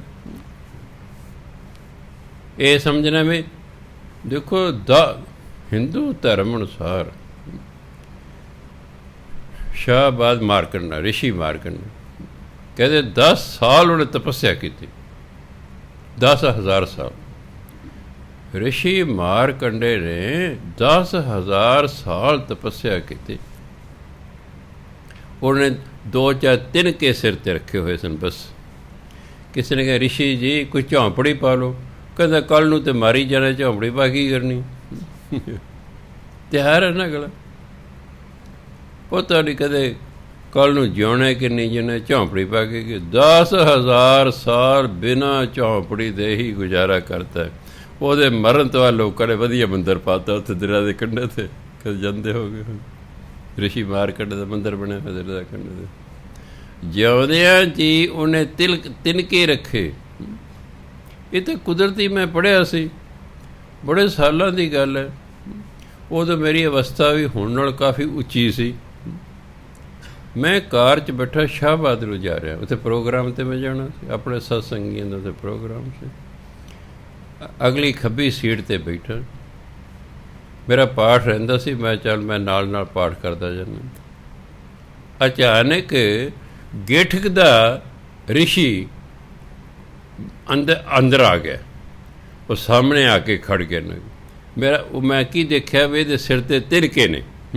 ਮੈਂ ਕਿਤੇ ਬਾਹਰ ਦੇਖਿਆ, ਮੈਂ ਤਾਂ ਮਾਰਕੰਡਾ ਤੋਂ ਲੰਘ ਰਿਹਾ, ਇਹ ਤਾਂ ਰਿਸ਼ੀ ਮਾਰਕੰਡੇ ਹੈ। ਤੇ ਰਿਸ਼ੀ ਮਾਰਕੰਡੇ ਜਦੋਂ ਦਰਿਆ ਸਾਡੀ ਕਾਰ ਟੱਪ ਗਈ, ਉਹ ਕਾਰ 'ਚੋਂ ਨਿਕਲ ਗਏ। ਪਹਿਚਾਣ ਮੈਨੂੰ ਤਾਂ ਆਈ ਕਿਉਂਕਿ ਮੈਂ ਪੜ੍ਹਿਆ ਸੀ ਉਹਦੇ ਸਿਰ 'ਤੇ ਤਿਨਕੇ ਸਨ, ਅਤੇ ਉਹ ਜਦੋਂ ਅੰਦਰ ਆਏ ਗਿੱਠ ਦੇ ਬਣ ਕੇ, ਅੰਦਰ ਸਿਰ 'ਤੇ ਤਿਨਕੇ ਹੀ ਸਨ ਉਹਨਾਂ ਦੇ। ਆਉਂਦਿਆਂ ਮੈਂ ਕਿਹਾ ਵੀ ਜੇ ਆਏ ਨਾ ਮੈਂ ਉਹਨੂੰ ਇਨਵਾਈਟ ਕਰਾਂਗਾ। ਆਉਂਦਿਆਂ ਵਾਪਸ ਆ ਰਿਹਾ ਸੀ, ਉਹ ਫਿਰ ਮੇਰੀ ਕਾਰ 'ਚ ਚੜ੍ਹ ਗਏ। ਮੈਂ ਕਿਹਾ ਮਹਾਰਾਜ ਜੀ ਵੀ ਅਸੀਂ ਨਾ ਪਰਸੋਂ ਨੂੰ ਅਖੰਡ ਪਾਠ ਰੱਖਣਾ, ਐਤਵਾਰ ਨੂੰ ਭੋਗ ਪੈਣਾ ਵੀ ਇੰਨੇ ਵਜੇ, ਚਲੋ ਇੰਨੇ ਵਜੇ ਤੱਕ ਕੀਰਤਨ ਹੈ, ਤੁਸੀਂ ਕਿਰਪਾ ਕਰਿਓ ਵੀ ਸਾਡੇ ਆਇਓ। ਉਹ ਬੋਲੇ ਵੀ ਮੈਨੂੰ ਯਾਦ ਕਰ ਲਿਓ, ਮੈਂ ਆ ਜਾਵਾਂਗਾ। ਮੈਂ ਕਿਹਾ ਕਰਾਂ, ਜ਼ਰੂਰ ਕਰਾਂਗਾ। ਅਖੀਰਲਾ ਸ਼ਬਦ ਪ੍ਰੋਫੈਸਰ ਸਾਹਿਬ ਗਾ ਰਹੇ, ਇੱਥੇ ਹੀ ਪ੍ਰੋਗਰਾਮ ਹੁੰਦਾ ਸੀ। ਅਚਾਨਕ ਮੈਨੂੰ ਯਾਦ ਆ ਗਿਆ ਵੀ ਮੈਂ ਤਾਂ ਰਿਸ਼ੀ ਜੀ ਨੂੰ ਬੁਲਾਉਣਾ ਹੀ ਭੁੱਲ ਗਿਆ। ਮੈਂ ਉਹਨੇ ਕਿਹਾ ਮਹਾਰਾਜ ਜੀ ਵੀ ਬਸ ਨਾ ਹੁਣ ਅਰਦਾਸ ਹੋਣ ਹੀ ਵਾਲੀ ਹੈ, ਵੀ ਫਟਾਫਟ ਪਹੁੰਚੋ। ਬਸ ਵਜੇ ਇੰਨੀ ਕਿਹਾ ਅਤੇ ਆ ਗਏ। ਫਿਰ ਤਾਂ ਪੂਰੇ ਬੰਦੇ ਜਿੰਨੇ ਸਨ, ਪਤਲੇ ਪਤੰਗ ਵਿਚਾਰੇ, ਹੱਡੀਆਂ ਦੀ ਮੁੱਠ, ਪਰ ਲੰਗੋਟੀ ਬੰਨੀ ਹੋਈ ਹੈ ਸਿਰ 'ਤੇ, ਉਸ 'ਤੇ ਤਿਨਕੇ ਨੇ। ਉਹ 2 ਮਿੰਟ ਬੈਠੇ, ਫਿਰ ਮੈਨੂੰ ਇਸ਼ਾਰਾ ਕੀਤਾ ਉਹਨੇ ਵੀ ਮੈਂ ਜਾ ਰਿਹਾ ਹਾਂ। ਮੈਂ ਤੁਹਾਡਾ ਬੜਾ ਬੜਾ ਧੰਨਵਾਦ ਜੀ, ਤੁਸੀਂ ਆਏ ਹੋ ਜੀ। ਸੋ ਉਹ ਕਹਿੰਦੇ ਦੇਖ, ਫਿਰ ਮੈਂ ਹੈਰਾਨ ਵੀ ਬੰਦਾ 10,000 ਸਾਲ ਤਪੱਸਿਆ ਕਰਦਾ ਰਿਹਾ ਹੈ, ਇਹ ਤਿਆਰ ਹੈ ਵੀ ਪਤਾ ਨਹੀਂ ਕਦੋਂ ਅੰਤਮ ਸਮਾਂ ਆ ਜਾਏ, ਕੀ ਲੋੜ ਹੈ ਇੰਨੇ ਅਡੰਬਰ ਕਰਨ ਦੀ ਲੱਗੇ। ਫਿਰ ਸਾਡਾ ਸਾਰੀ ਉਮਰ ਅਡੰਬਰਾਂ 'ਚ ਹੀ ਲੰਘ ਜਾਂਦਾ, ਸਾਨੂੰ ਵੇਲ ਹੀ ਨਹੀਂ ਮਿਲਦੀ ਨਾਮ ਜਪਣ ਦੀ। ਸੋ ਗੁਰੂ ਮਹਾਰਾਜ ਕਹਿੰਦੇ ਜਿਸ ਨੂੰ ਨਦਰ ਕਰੇ ਤਿਸ ਦੇਵੈ, ਜਿਸ 'ਤੇ ਪਰਮਾਤਮਾ ਕਿਰਪਾ ਦ੍ਰਿਸ਼ਟੀ ਕਰਦਾ ਉਹਨੂੰ ਇਹ ਕੀਰਤ ਸਿਫਤ ਸਲਾਹ ਦੀ ਬਖਸ਼ਿਸ਼ ਕਰਦਾ ਹੈ। ਨਾਨਕ ਗੁਰਮੁਖ ਰਤਨ ਸੋ ਲੇਵੈ, ਉਹ ਗੁਰੂ ਤੋਂ ਨਾਮ ਰੂਪੀ ਰਤਨ ਪ੍ਰਾਪਤ ਕਰਦਾ ਹੈ। ਪੌੜੀ ਭਗਤਾਂ ਤੈ ਸੰਸਾਰੀ। ਖਿਆਲ ਰੱਖਣਾ, ਗੁਰਬਾਣੀ ਕਈ ਵਾਰੀ ਤੈ ਸ਼ਬਦ ਹੈ। ਕਿਤੇ ਇਹਦਾ ਅਰਥ ਹੈ ਤੂੰ, ਉਦੋਂ ਪੜ੍ਹਨੇ ਤੈਂ, ਉਦੋਂ ਪੜ੍ਹਨੇ ਤੈਂ, ਤੈਂ ਮੈਨੇ ਤੂੰ। ਜਿੱਥੇ ਦਾ ਅਰਥ ਹੈ ਨਾ ਅਤੇ, ਉੱਥੇ ਪੜ੍ਹਨਾ ਤੈ। ਕਈ ਵਾਰੀ ਬਾਣੀ 'ਚ ਆਉਂਦਾ, ਉਦੋਂ ਖਿਆਲ ਰੱਖਣਾ। ਕਈ ਵਾਰੀ ਭੁਲੇਖਾ ਪੈ ਜਾਂਦਾ, ਤੇਜ਼ੀ ਬੰਦੇ ਨੂੰ ਪਤਾ ਲੱਗਦਾ ਕਦੇ ਤੈ ਬੋਲ ਗਿਆ, ਕਦੇ ਤੈਂ ਬੋਲ ਗਿਆ। ਤੈਂ ਮੈਨੇ ਤੂੰ ਜਾਂ ਤੁਸੀਂ, ਤੈ ਮੈਨੇ ਅਤੇ। ਭਗਤਾਂ ਤੈ ਸੰਸਾਰੀਆਂ, ਜੋੜ ਕਦੇ ਨਾ ਆਇਆ। ਕਰਤਾ ਆਪ ਅਭੁੱਲ ਹੈ, ਨਾ ਭੁੱਲੈ ਕਿਸੇ ਦਾ ਭੁਲਾਇਆ। ਭਗਤ ਆਪੇ ਮੇਲਿਅਨ, ਜਿਨੀ ਸੱਚੋ ਸੱਚ ਕਮਾਇਆ। ਸੰਸਾਰੀ ਆਪ ਖੁਆਇਨ, ਜਿਨੇ ਕੂੜ ਬੋਲ ਬੋਲ ਬਿਖ ਖਾਇਆ। ਚੱਲਣ ਸਾਰ ਨਾ ਜਾਣਨੀ, ਕਾਮ ਕ੍ਰੋਧ ਵਿਸ਼ ਵਧਾਇਆ। ਇਹਨੂੰ ਵਿਸ਼ ਪੜ੍ਹਨਾ, ਜ਼ਹਿਰ। ਇਹ ਵਿਸ਼ੂ ਨਹੀਂ ਪੜ੍ਹਨਾ। ਕੱਲ੍ਹ ਮੈਂ ਤੁਹਾਨੂੰ ਦੱਸਿਆ ਸੀ, ਜਿਹੜਾ ਵਿਸ਼ ਸ਼ਬਦ ਹੈ ਇਹ ਸੰਸਕ੍ਰਿਤ ਦਾ ਹੈ, ਅਤੇ ਸੰਸਕ੍ਰਿਤ ਦੇ ਵਿੱਚ ਇਹ ਪੁਲਿੰਗ ਸ਼ਬਦ ਹੈ। ਪੁਲਿੰਗ ਹੋਣ ਕਰਕੇ ਗੁਰੂ ਮਹਾਰਾਜ ਗੁਰਬਾਣੀ ਦੇ ਨਿਯਮ ਅਨੁਸਾਰ ਉਹਦੇ ਹੇਠਾਂ ਔਂਕੜ ਲਾਇਆ ਹੋਇਆ ਵੀ ਇੱਕ ਵਚਨ 'ਤੇ ਪੁਲਿੰਗ ਜਿਹੜਾ ਹੁੰਦਾ ਹੈ ਗੁਰਬਾਣੀ 'ਚ, ਉਹ ਇਹਦੇ ਅਨੁਸਾਰ ਅਖੀਰਲੇ ਅੱਖਰ ਨੂੰ ਫਿਰ ਔਂਕੜ ਲੱਗਾ ਹੁੰਦਾ। ਉਹ ਬੋਲਣ ਲਈ ਨਹੀਂ ਹੁੰਦਾ, ਸਿਰਫ ਦੱਸਣ ਲਈ ਹੁੰਦਾ। ਚੱਲਣ ਸਾਰ ਨਾ ਜਾਣਨੀ, ਕਾਮ ਕ੍ਰੋਧ ਵਿਸ਼ ਵਧਾਇਆ। ਭਗਤ ਕਰਨ ਹਰ ਚਾਕਰੀ, ਜਿਨੀ ਅਣਦੇ ਨਾਮ ਧਿਆਇਆ। ਜੇ ਪੜੋਗੇ ਜਿੰਨੀ, ਅੜਗਾ ਜਿੰਨੀ ਤੈਨੂੰ ਚੀਜ਼ ਦੀ ਲੋੜ ਹੈ ਓਨੀ ਲੈ ਲਾ। ਇਹ ਜਿੰਨੀ ਦਾ ਭਾਵ ਹੈ ਜਿਨ੍ਹਾਂ ਨੇ, ਜਿਨੀ ਅਣਦੇ ਨਾਮ ਧਿਆਇਆ। ਦਾਸਨ ਦਾਸ ਹੋਏ ਕਹਿ, ਜਿਨੇ ਵਿੱਚੋਂ ਆਪ ਗਵਾਇਆ। ਉਹਨਾਂ, ਜੇ ਪੜੋਗੇ ਉਹਨਾਂ, ਜਿੰਨਾ ਤੈਨੂੰ ਚਾਹੀਦਾ ਉਹਨਾਂ ਲੈ ਲਾ। ਉਹਨਾਂ ਨੇ, ਉਹਨਾਂ ਖਸਮੈ ਕੈ ਦਰ ਮੁਖ ਉਜਲੇ, ਸੱਚੈ ਸ਼ਬਦ ਸੁਹਾਇਆ। ਭਗਤਾਂ ਤੈ ਸੰਸਾਰੀਆਂ, ਭਗਤਾਂ ਦਾ ਅਤੇ ਸੰਸਾਰੀਆਂ ਦਾ ਜੋੜ ਕਦੇ ਨਾ ਆਇਆ। ਸੁਭਾਅ ਨਹੀਂ ਮੇਲ ਖਾਂਦਾ। ਭਗਤਾਂ ਅਤੇ ਸੰਸਾਰੀਆਂ ਦਾ ਸੁਭਾਅ ਨਹੀਂ ਮਿਲਿਆ ਕਰਦਾ। ਵੈਸ਼ਨੂਆਂ ਦਾ ਅਤੇ ਸ਼ਰਾਬ ਪੀਣ ਵਾਲੇ ਦਾ ਸੁਭਾਅ ਨਹੀਂ ਮਿਲਿਆ ਕਰਦਾ। ਭਗਤਾਂ ਦਾ ਸੁਭਾਅ ਹੋਰ ਹੈ, ਸੰਸਾਰੀਆਂ ਦਾ ਸੁਭਾਅ ਹੋਰ ਹੈ, ਇਸ ਲਈ ਦਾ ਸੁਭਾਅ ਹੀ ਨਹੀਂ ਮਿਲਦਾ। ਕਰਤਾ ਆਪ ਭੁੱਲ ਹੈ, ਨਾ ਭੁੱਲੈ ਕਿਸੇ ਦਾ ਭੁਲਾਇਆ। ਪਰਮਾਤਮਾ 'ਤੇ ਭੁੱਲ ਹੈ। ਕਈ ਵਾਰੀ ਵਾਲਾ ਕਹਿੰਦੇ ਨਹੀਂ ਯਾਰ ਐ ਨਹੀਂ ਸੀ ਹੋਣਾ ਚਾਹੀਦਾ, ਪਰਮਾਤਮਾ ਬੜਾ ਮਾੜਾ ਕੀਤਾ ਜੋ, ਨਹੀਂ, ਉਹ 'ਤੇ ਭੁੱਲ ਹੈ। ਉਹ ਕਿਵੇਂ ਗਲਤੀ ਕਰ ਸਕਦਾ ਹੈ? ਉਹ ਕਿਸੇ ਦਾ ਭੁਲਾਇਆ ਵੀ ਨਹੀਂ ਭੁੱਲਦਾ। ਜਿਹੜੇ ਭੁਲਾਉਣ ਦੀ ਕੋਸ਼ਿਸ਼ ਕਰੇ ਨਾ, ਉਹ ਤਾਂ ਜਾਣੀ ਜਾਣ, ਉਹ ਕਿਸੇ ਭੁਲਾਇਆ ਵੀ ਨਹੀਂ ਭੁੱਲਦਾ ਹੈ। ਭਗਤ ਆਪੇ ਮੇਲਿਅਨ, ਜਿਨੀ ਸੱਚੋ ਸੱਚ ਕਮਾਇਆ। ਉਹ ਭਗਤਾਂ ਨੂੰ ਆਪਣੇ ਨਾਲ ਮਿਲਾ ਲੈਂਦਾ, ਕਿਉਂਕਿ ਭਗਤਾਂ ਨੇ ਸੱਚੋ ਸੱਚ ਕਮਾਇਆ, ਭਾਵ ਨਾਮ ਦੀ ਕਮਾਈ ਕੀਤੀ ਹੁੰਦੀ ਹੈ। ਭਗਤ ਬਣਦਾ ਹੀ ਉਦੋਂ ਹੈ। ਪਰਮਾਤਮਾ ਨਾਮ ਜਪੀ ਜਾਂਦੇ ਨੇ, ਦਿਨ ਰਾਤ ਜਪੀ ਜਾਂਦੇ ਨੇ, ਜਪੀ ਜਾਂਦੇ ਨੇ, ਜਪੀ ਜਾਂਦੇ ਨੇ। ਇੱਕ ਦਿਨ ਪਰਮਾਤਮਾ ਦੀ ਪ੍ਰਾਪਤੀ ਹੁੰਦੀ, ਉਹਦੇ ਉਹ ਸੰਤ ਹੋ ਜਾਂਦੇ ਨੇ, ਉਹਦੇ ਉਹ ਭਗਤ ਹੋ ਜਾਂਦੇ ਨੇ। ਭਗਤ ਆਪੇ ਮੇਲਿਅਨ, ਜਿਨੀ ਸੱਚੋ ਸੱਚ ਕਮਾਇਆ। ਜਿਨ੍ਹਾਂ ਭਗਤਾਂ ਨੇ ਸੱਚ ਦੀ ਕਮਾਈ ਕੀਤੀ, ਨਾਮ ਦੀ ਕਮਾਈ ਕੀਤੀ, ਪਰਮਾਤਮਾ ਆਪੇ ਉਹਨਾਂ ਨੂੰ ਆਪਣੇ ਨਾਲ ਮਿਲਾ ਲੈਂਦਾ ਹੈ। ਸੰਸਾਰੀ ਆਪ ਖੁਆਇਨ, ਖੁਆਇਨ ਦਾ ਭੁਲਾ ਦੇਣਾ। ਸੰਸਾਰੀਆਂ ਨੂੰ ਪਰਮਾਤਮਾ ਆਪ ਹੀ ਭੁਲਾਉਂਦਾ, ਆਪ ਹੀ ਦੂਜੇ ਪਾਸੇ ਲਾਉਂਦਾ। ਜਿਨੇ ਕੂੜ ਬੋਲ ਬੋਲ ਬਿਖ ਖਾਇਆ। ਜਿਨ੍ਹਾਂ ਸੰਸਾਰੀਆਂ ਨੇ ਝੂਠ ਬੋਲ ਬੋਲ ਕੇ ਹਰਾਮ ਦੀ ਕਮਾਈ ਬਿਖ, ਹਰਾਮ ਦੀ ਕਮਾਈ ਖਾਧੀ, ਪਰਮਾਤਮਾ ਉਹਨੂੰ ਆਪਣੇ ਵੱਲੋਂ ਖੁੰਝਾਉਂਦਾ, ਦੂਜੇ ਪਾਸੇ ਲਾਉਂਦਾ। ਚਲੋ ਜਿਵੇਂ ਆਪਾਂ ਰਾਹ ਜਾ ਰਹੀ ਹੈ ਅਤੇ ਅੱਗੇ ਦੋ ਰਾਹ ਫੜ ਜਾਣ ਅਤੇ ਆਪਾਂ ਨੂੰ ਕੋਈ ਦੱਸਣ ਵਾਲਾ ਨਾ ਹੋਵੇ, ਆਪਾਂ ਗਲਤ ਰਾਹ 'ਤੇ ਵੀ ਜਾ ਸਕਦੇ ਹਾਂ।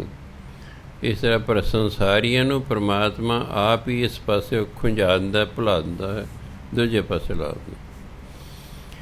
ਚੱਲਣ ਸਾਰ ਨਾ ਜਾਣਨੀ, ਕਾਮ ਕ੍ਰੋਧ ਵਿਸ਼ ਵਧਾਇਆ।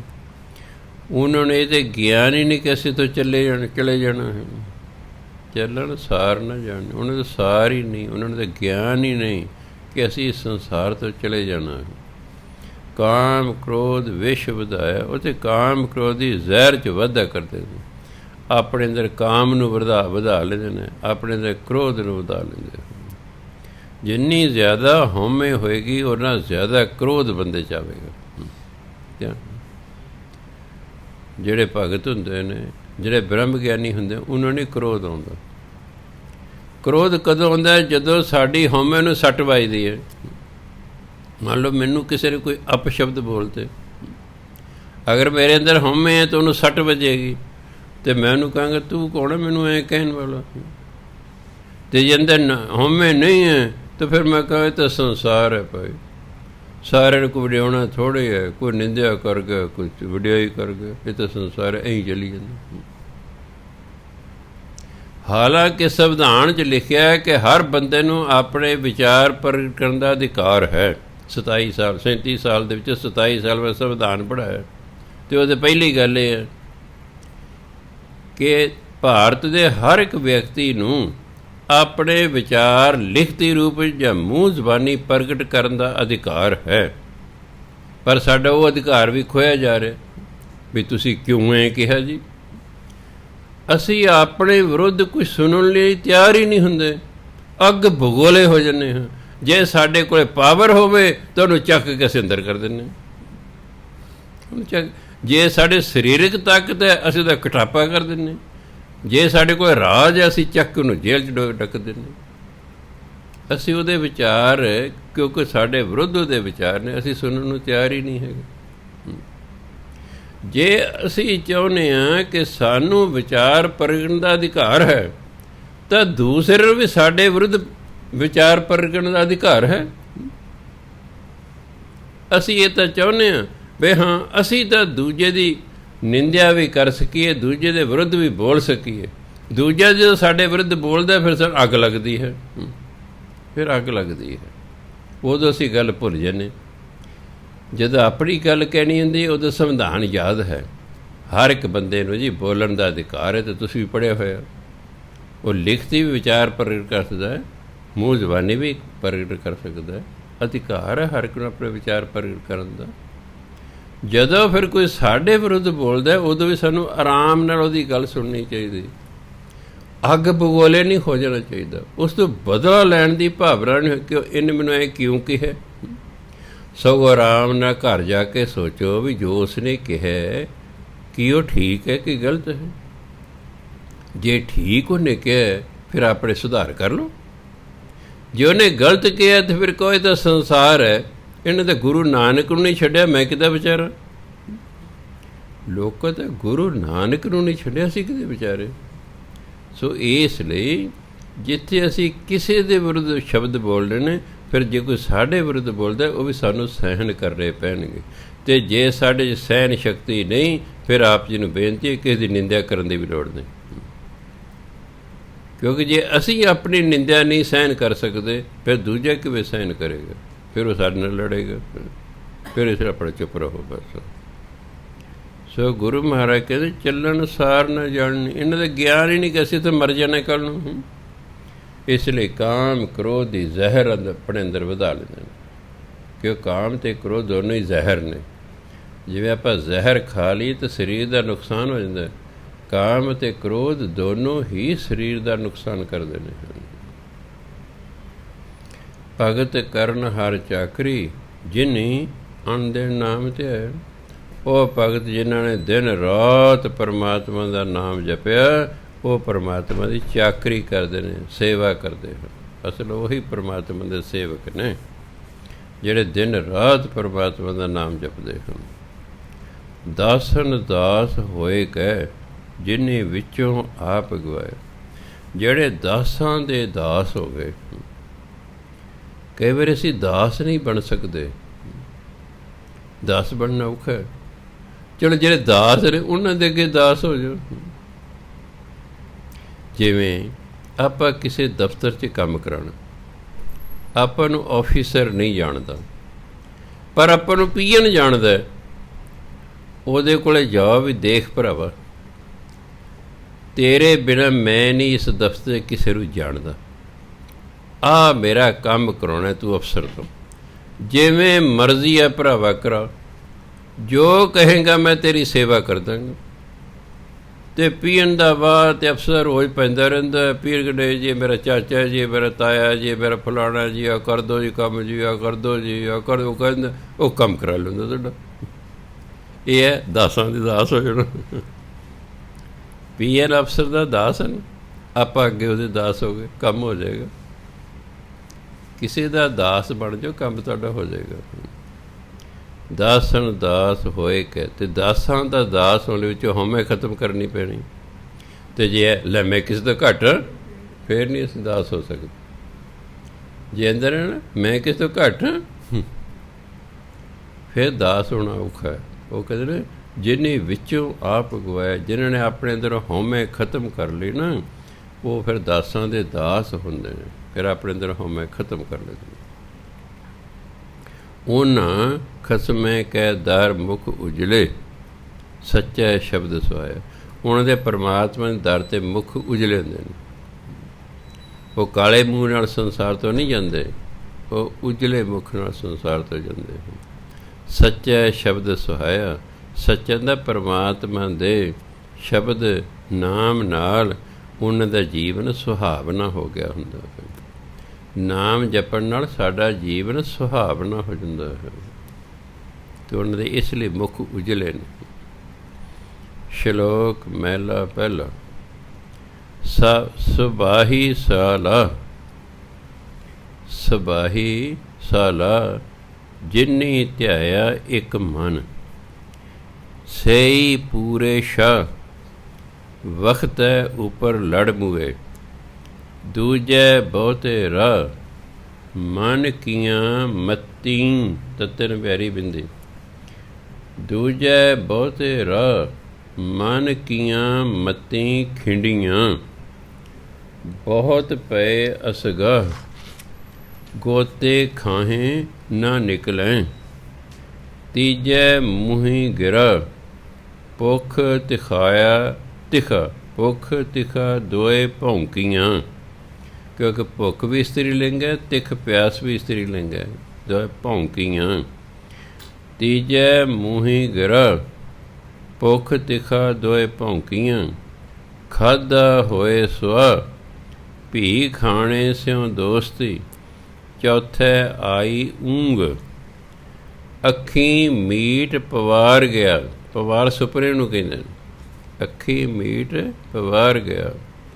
ਪੀ ਉਠ ਰਚਨ ਬਾਦ ਸਹਿ ਵਰਿਆਂ ਕੀ ਪਿੜ ਬੱਧੀ, ਸਭੇ ਵੇਲਾ ਵਖਤ ਸਭ ਜੇ ਅੱਠੀਂ, ਠਠਣ ਪਿਆਰੀ ਬਿੰਦੀ।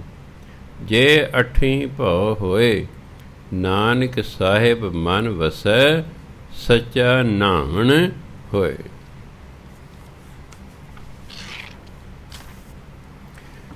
ਗੁਰੂ ਨਾਨਕ ਦੇਵ ਮਹਾਰਾਜ ਫਰਮਾਨ ਕਰਦੇ ਨੇ, ਸਬਾਹੀ ਅੰਮ੍ਰਿਤ ਵੇਲੇ, ਸਵੇਰੇ ਸਵੇਰੇ ਸਾਲਾ, ਸਬਾਹੀ ਸਾਲਾ ਜਿਨੀ ਧਿਆਇਆ ਇੱਕ ਮਨ। ਕਹਿੰਦੇ ਸਵੇਰੇ ਸਵੇਰੇ ਜਿਨ੍ਹਾਂ ਨੇ ਇੱਕ ਮਨ ਇੱਕ ਚਿੱਤ ਹੋ ਕੇ ਪਰਮਾਤਮਾ ਨੂੰ ਧਿਆਇਆ, ਪਰਮਾਤਮਾ ਦੀ ਸਿਫਤ ਸਲਾਹ ਕੀਤੀ, ਕੀ ਹੋ ਗਿਆ ਫਿਰ? ਸਹੀ ਪੂਰੇ ਸ਼ਾਹ, ਅਸਲ ਉਹ ਪੂਰੇ ਸ਼ਾਹੂਕਾਰ ਨੇ। ਵਕਤ ਹੈ ਉੱਪਰ ਲੜ ਮੂਏ, ਵਕਤ ਹੈ ਉੱਠਣ ਦਾ ਵੇਲਾ ਹੋ ਗਿਆ। ਅਲਾਰਮ ਲਾ ਲੈ ਕੇ, ਅਲਾਰਮ ਲਾ ਲਿਆ, ਅਲਾਰਮ ਬੰਦ ਕਰਤਾ, ਬਸ 2 ਮਿੰਟ ਹੋਰ ਪਹਿਲਾਂ ਮੈਂ ਫਿਰ ਦੁਬਾਰਾ ਸਮਝਦੇ ਨੇ ਉਹਦੀ ਪਹਿਲਾਂ ਘੰਟਾ ਲੱਗ ਗਿਆ। ਉਹ ਵਕਤ ਹੈ ਉੱਪਰ ਲੜ ਮੂਏ, ਉਹ ਜਿਹੜੀ ਆਲਸ ਹੈ, ਜੋ ਨੀਂਦ ਹੈ, ਉਸ ਨਾਲ ਲੜਾਈ ਕਰਦੇ ਨੇ। ਨੀਂਦ ਆਲਸ ਕਹਿੰਦੇ ਜੀ ਹੋਰ ਪੈ ਜਾ, ਉਹਨਾਂ ਨੇ ਹੁਣ ਨਾਮ ਜਪਣਾ ਹੈ। ਜਦੋਂ ਸਾਈਕੋਲੋਜੀ ਅਸੀਂ ਪੜ੍ਹਦੇ ਸੀ, ਕਹਿੰਦੇ ਹੁਣ ਤੁਸੀਂ ਪੜ੍ਹਾਈ ਕਰ ਰਹੇ ਹੋ, ਤੁਹਾਨੂੰ ਨੀਂਦ ਆ ਰਹੀ ਹੈ, ਪਰ ਅਜੇ ਤੁਸੀਂ ਜਾਗਣੇ, ਕੀ ਕਰੋ, ਕੀ ਕਰੋ? ਕਹਿੰਦੇ ਪਹਿਲਾਂ ਤਾਂ ਲੰਮੇ ਲੰਮੇ 5-7 ਸਾਹ ਲਵੋ, ਜਿਹਨੂੰ ਪ੍ਰਾਣਾਯਾਮ ਕਹਿੰਦੇ। ਤੁਹਾਡੀ ਕੁਝ ਮਿੰਟਾਂ ਲਈ ਨੀਂਦ ਉੱਡ ਜਾਵੇਗੀ, ਫਿਰ ਲੱਗ ਜਾਓ ਪੜ੍ਹਨਾ। ਫਿਰ ਨੀਂਦ ਆਉਣ ਲੱਗੀ ਹੈ, ਉੱਠ ਕੇ ਪਾਣੀ ਦੇ 2 ਛਿੱਟੇ ਮਾਰ ਲਓ ਅੱਖਾਂ 'ਤੇ। ਕੁਝ ਸਮੇਂ ਲਈ ਤੁਹਾਡੀ ਨੀਂਦ ਉੱਡ ਜਾਏਗੀ, ਫਿਰ ਲੱਗ ਜਾਓ ਪੜ੍ਹਨਾ। ਫਿਰ ਨੀਂਦ ਆਉਣ ਲੱਗੀ ਹੈ, ਵਿਹੜੇ 'ਚ ਇੱਕ ਅੱਧਾ ਗੇੜਾ ਲਾ ਲਓ, ਤਾਜ਼ੀ ਹਵਾ ਲੱਗੇ, ਕੁਛ ਨੀਂਦ ਉੱਡ ਜਾਏਗੀ, ਫਿਰ ਆ ਕੇ ਲੱਗ ਜਾਓ ਪੜ੍ਹ। ਫਿਰ ਵੀ ਨੀਂਦ ਆਉਂਦੀ ਹੈ, ਭੁੱਜੇ ਛੋਲੇ ਕੋਲ ਕੌਲੀ 'ਚ ਰੱਖ ਲਓ, 2-4 ਚੱਬ ਲਓ, ਕਹਿ ਤੁਹਾਡੀ ਨੀਂਦ ਉੱਡ ਜਾਏਗੀ। ਫਿਰ ਨੀਂਦ, ਫਿਰ 2-4 ਛੋਲੇ ਚੱਬ ਲਓ। ਇੱਕ ਸਮਾਂ ਆਉਂਦਾ ਜਦੋਂ ਨੀਂਦ ਦਾ ਸਮਾਂ ਖਤਮ ਹੋ ਜਾਂਦਾ। ਇੱਕ ਸਮਾਂ ਜਦੋਂ ਨੀਂਦ ਆਉਂਦੀ ਹੈ, ਅਗਰ ਤੁਸੀਂ ਇੱਕ ਵਾਰੀ ਉਹ ਸਮਾਂ ਲੰਘਾਤਾ ਨਾ, ਫਿਰ ਭਾਵੇਂ ਕਈ ਘੰਟੇ ਤੁਸੀਂ ਜਾਗੀ ਜਾਏ। ਫਿਰ ਇਹ ਜਿਹੜੇ ਭੱਜ ਨਾ ਭਗਤੀ ਕਰਨੀ ਹੁੰਦੀ, ਕਹਿੰਦਾ ਵਕਤ ਹੈ ਉੱਪਰ ਲੜ, ਬਸ ਸਮੇਂ 'ਤੇ ਆ ਕੇ ਉਹ ਆਪਣੀ ਆਲਸ ਨਾਲ, ਆਪਣੀ ਨੀਂਦ ਨਾਲ ਲੜਾਈ ਕਰਦੇ ਹਨ। ਫਿਰ ਜਿਹੜਾ ਦੂਜਾ ਪਹਿਰ ਆਉਂਦਾ, ਇਹ ਤਾਂ ਪਹਿਲਾ ਪਹਿਰ ਸੀ। ਦੂਜਾ ਬਹੁਤੇ ਰਾਹ ਮਨ ਕੀਆਂ ਮੱਤੀ ਖਿੰਡੀਆਂ। ਜਦੋਂ ਦੂਜਾ ਪਹਿਰ ਆਉਂਦਾ, ਦਿਨ ਚੜ੍ਹ ਗਿਆ ਪੂਰਾ, ਫਿਰ ਕੀ ਹੁੰਦਾ, ਮਨ ਦੀਆਂ ਮੱਤਾਂ ਖਿੰਡਦੀਆਂ ਨੇ, ਮਨ ਦੇ ਵਿਚਾਰ ਖਿੰਡਦੇ ਨੇ। ਇਸ ਲਈ ਸੰਸਾਰ ਦੇ ਵਿੱਚ ਜਿਹੜੇ ਵੀ ਭਜਨ ਬੰਦਗੀ ਕਰਨ ਵਾਲੇ ਨੇ, ਉਹ ਅੰਮ੍ਰਿਤ ਵੇਲੇ ਹੀ ਕਰਦੇ ਹਨ। ਉਹਦਾ ਇੱਕ ਇਹ ਫਾਇਦਾ ਹੈ ਕਿ ਸਾਰੇ ਸੰਸਾਰ 'ਚ ਉਸ ਵੇਲੇ ਨਾਮ ਜਪਣ ਵਾਲੇ ਜਾਗਦੇ ਨੇ, ਸੰਸਾਰੀ ਸੁੱਤੇ ਹੋਏ ਨੇ। ਜਦੋਂ ਦਿਨ ਚੜ੍ਹਦਾ, ਸੰਸਾਰੀਆਂ ਦੀਆਂ ਵੇਵਜ਼ ਆ ਕੇ ਸਾਨੂੰ ਟਕਰਾਉਂਦੀਆਂ, ਸਾਨੂੰ ਰੱਬ ਹੀ ਭੁਲਾਉਂਦੀ। ਅੰਮ੍ਰਿਤ ਵੇਲੇ ਸਾਰੇ ਸੰਸਾਰੀ ਸੁੱਤੇ ਹੁੰਦੇ ਨੇ, ਸਿਰਫ ਭਗਤੀ ਕਰਨ ਵਾਲੇ ਜਾਗਦੇ ਨੇ। ਉਹ ਭਗਤੀ ਨੇ ਵੇਵਜ਼ ਸਾਰੇ ਆਕਾਸ਼ 'ਚ ਫੈਲਦੀਆਂ ਨੇ, ਸਾਰੇ ਵਾਤਾਵਰਨ 'ਚ ਭਗਤੀ ਦੀਆਂ ਲਹਿਰਾਂ ਫੈਲ ਜਾਂਦੀਆਂ। ਉਹ ਲਹਿਰਾਂ ਆ ਕੇ ਜੋ ਸਾਨੂੰ ਟਕਰਾਉਂਦੀਆਂ ਨੇ, ਸਾਡੀ ਭਗਤੀ ਜ਼ਿਆਦਾ ਵੱਧਦੀ ਉਸ ਵੇਲੇ। ਇਹੀ ਕਰ ਰਹੇ ਜੇ ਤੁਸੀਂ ਸਤਸੰਗ 'ਚ ਆਉਂਦੇ ਹੋ। ਘਰ ਬੈਠ ਕੇ ਵੀ ਤੁਸੀਂ ਵਾਹਿਗੁਰੂ ਵਾਹਿਗੁਰੂ ਕਰ ਸਕਦੇ ਹੋ, ਪਰ ਨਹੀਂ, ਜੇ ਕਿਤੇ ਸਤ ਸੰਗਤ 'ਚ ਵਾਹਿਗੁਰੂ ਵਾਹਿਗੁਰੂ ਹੋ ਰਿਹਾ, ਫਿਰ ਇੱਥੇ ਆ ਕੇ ਕਰੋ ਤੁਸੀਂ, ਫਿਰ ਤੁਹਾਨੂੰ ਹੋਰ ਹੀ ਆਨੰਦ ਆਵੇਗਾ। ਕਿਉਂ? ਹਰ ਇੱਕ ਦੇ ਵਿੱਚੋਂ ਨਾਮ ਦੀਆਂ ਲਹਿਰਾਂ ਨਿਕਲ ਰਹੀਆਂ ਹਨ। ਤੁਸੀਂ ਨਾਮ ਜਪ ਰਹੇ ਹੋ, ਤੁਹਾਡੀ ਲਹਿਰਾਂ ਮੈਨੂੰ ਟਕਰਾ ਰਹੀ ਹੈ, ਮੈਂ ਨਾਮ ਜਪ ਰਿਹਾ, ਮੇਰੀ ਲਹਿਰਾਂ ਤੁਹਾਨੂੰ ਟਕਰਾ ਰਹੀਆਂ ਹਨ। ਇਸ ਲਈ ਅਵਸਥਾ ਫਿਰ ਉੱਚੀ ਹੋਣੀ ਸ਼ੁਰੂ ਹੋ ਜਾਂਦੀ ਹੈ।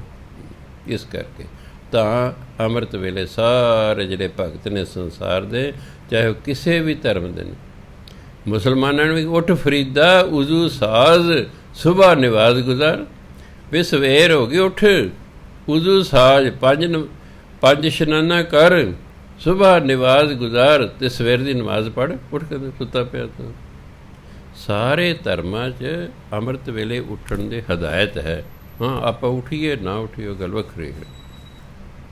ਅਤੇ ਜੇ ਭਾਈ ਨੀਂਦ ਆਵੇ ਤਾਂ ਫਿਰ ਉਹ ਸਾਡੀ ਸਾਈਕੋਲੋਜੀ ਸਾਨੂੰ, ਜਦੋਂ ਮੈਂ B.Ed ਕਰਦਾ ਸੀ, ਉਦੋਂ ਦੱਸਦੇ ਵੀ ਕਿਵੇਂ ਨੀਂਦ ਤੁਸੀਂ ਉਡਾਉਣੀ ਹੈ, ਉਹ ਆਪਣਾ ਤਜਰਬਾ ਕਰਕੇ ਵੇਖ ਲਿਓ। ਨਹੀਂ ਭੇਜ ਜਾਂਦੇ, ਐਂ ਕਰੀ ਜਾਂਦੇ ਆਪਾਂ, ਹੋ ਜਾਂਦਾ। ਚਾਹੇ ਤੁਸੀਂ ਜਦੋਂ ਬਹਿ ਕਿਸੇ ਦਿਨ ਆਪਾਂ ਸੁਸਤ ਹੁੰਦੇ, ਜਿਹੜਾ ਸਾਰੇ ਦਿਨ ਨਹੀਂ, ਆਪਾਂ ਕਿਸੇ ਮੈਂ ਦੇਖਿਆ ਵੀ ਪੂਰਾ ਸੌਂ ਕੇ ਵੀ ਬੰਦਾ ਸੁਸਤ ਹੁੰਦਾ। ਅਤੇ ਬਸ ਫਿਰ ਉਹ ਜਿਵੇਂ ਤੁਹਾਨੂੰ 4-5 ਢੰਗ ਦੱਸੇ, ਉਹਦਾ ਤਜਰਬਾ ਕਰ ਲਓ, ਆਪੇ ਨੀਂਦ ਇੰਨੇ ਚਿਰ ਟਾਈਮ ਹੋ ਜਾਂਦਾ ਬੰਦੇ ਨੂੰ। ਕਹਿੰਦੇ ਸਹੀ ਪੂਰੇ ਸ਼ਾਹ ਵਕਤ ਹੈ ਉੱਪਰ ਲੜ ਮੂਏ।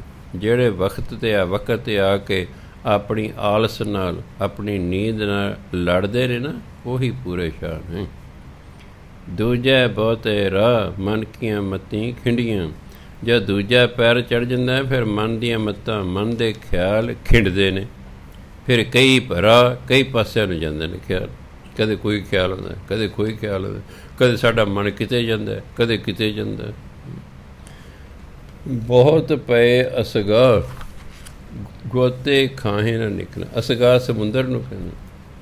ਬਹੁਤ ਸਾਰੇ ਨੇ ਇਸ ਸੰਸਾਰ ਸਮੁੰਦਰ ਡਿੱਗ ਪੈਂਦੇ ਨੇ, ਗੋਤੇ ਖਾਂਦੇ ਰਹਿੰਦੇ ਨੇ, ਬਾਹਰ ਨਹੀਂ ਨਿਕਲ ਸਕਦੇ, ਬਾਹਰ ਨਿਕਲ ਨਹੀਂ ਸਕਦੇ।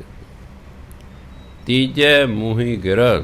ਜਦੋਂ ਤੀਜਾ ਪੈਰ ਆਉਂਦਾ, ਫਿਰ ਕਹਿੰਦਾ ਭੁੱਖ ਤਿਖਾ ਦੋਏ ਭੌਂਕੀਆਂ। ਭੌਂਕੀਆਂ ਬਹੁਤ ਜ਼ੋਰ ਦੀ ਲੱਗਣਾ, ਬੜੀ ਭੁੱਖ ਲੱਗਦੀ ਹੈ, ਬੜੀ ਫਿਰ ਪਿਆਸ ਲੱਗਦੀ ਹੈ। ਫਿਰ ਮੂੰਹ 'ਚ ਬੰਦਾ ਗਿਰਾ ਰੋਟੀ, ਫਿਰ ਮੂੰਹ 'ਚ ਰੋਟੀ ਪਾਉਂਦਾ, ਰੋਟੀ ਖਾਂਦਾ।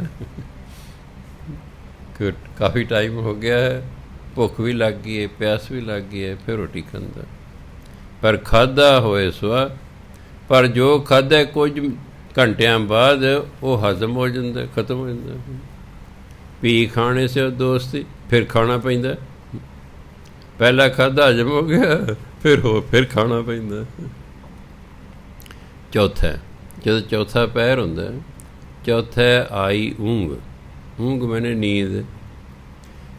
ਨੀਂਦ ਆਉਂਦੀ ਹੈ, ਅੱਖੀਂ ਮੀਟ, ਅੱਖਾਂ ਆਪਣੇ ਆਪ ਮਿਟ ਜਾਂਦੀਆਂ, ਬੰਦ ਹੋ ਜਾਂਦੀਆਂ। ਪਵਾਰ ਗਿਆ, ਉਹ ਸੁਪਨਿਆਂ ਦੀ ਦੁਨੀ ਚਲੇ ਜਾਂਦਾ ਹੈ। ਫਿਰ ਕਦੇ ਕੋਈ ਸੁਪਨਾ, ਕਦੇ ਕੋਈ ਸੁਪਨਾ ਹੁੰਦਾ ਹੈ। ਜਦੋਂ ਭਜਨ ਬੰਦਗੀ ਬਹੁਤ ਜ਼ਿਆਦਾ ਹੋ ਜਾਏ, ਪਹਿਲੀ ਅਵਸਥਾ ਦੇ ਵਿੱਚ ਧਾਰਮਿਕ ਸੁਪਨੇ ਆਉਂਦੇ ਨੇ। ਕਦੇ ਗੁਰਦੁਆਰੇ ਬੈਠੇ ਹੋਏ ਹਾਂ, ਕਦੇ ਮੰਦਰ 'ਚ ਬੈਠੇ ਹਾਂ, ਕਦੇ ਸਤਸੰਗ 'ਚ ਬੈਠੇ ਹੋਏ ਹਾਂ, ਜਾਂ ਕਿਸੇ ਤੀਰਥ ਸਥਾਨ ਦੀ ਯਾਤਰਾ ਕਰ ਰਹੇ ਹਾਂ, ਜਾਂ ਕਿਸੇ ਸੰਤ ਭਗਤ ਦੇ ਦਰਸ਼ਨ ਹੋ ਗਏ ਨੇ। ਇੱਕ ਇਹਦੋਂ ਉੱਪਰਲੀ ਅਵਸਥਾ ਹੁੰਦੀ ਹੈ ਜਿੱਥੇ ਸੁਪਨੇ ਕੋਈ ਨਹੀਂ ਆਉਂਦਾ, ਜਿੱਥੇ ਸੁਪਨੇ ਕੋਈ ਨਹੀਂ ਆਉਂਦਾ। ਉਹ ਸੁਪਨੇ ਤੋਂ ਰਹਿਤ ਨੀਂਦ ਹੁੰਦੀ ਹੈ, ਉਹਨੂੰ ਗੂੜੀ ਨੀਂਦ ਕਹਿੰਦੇ ਨੇ।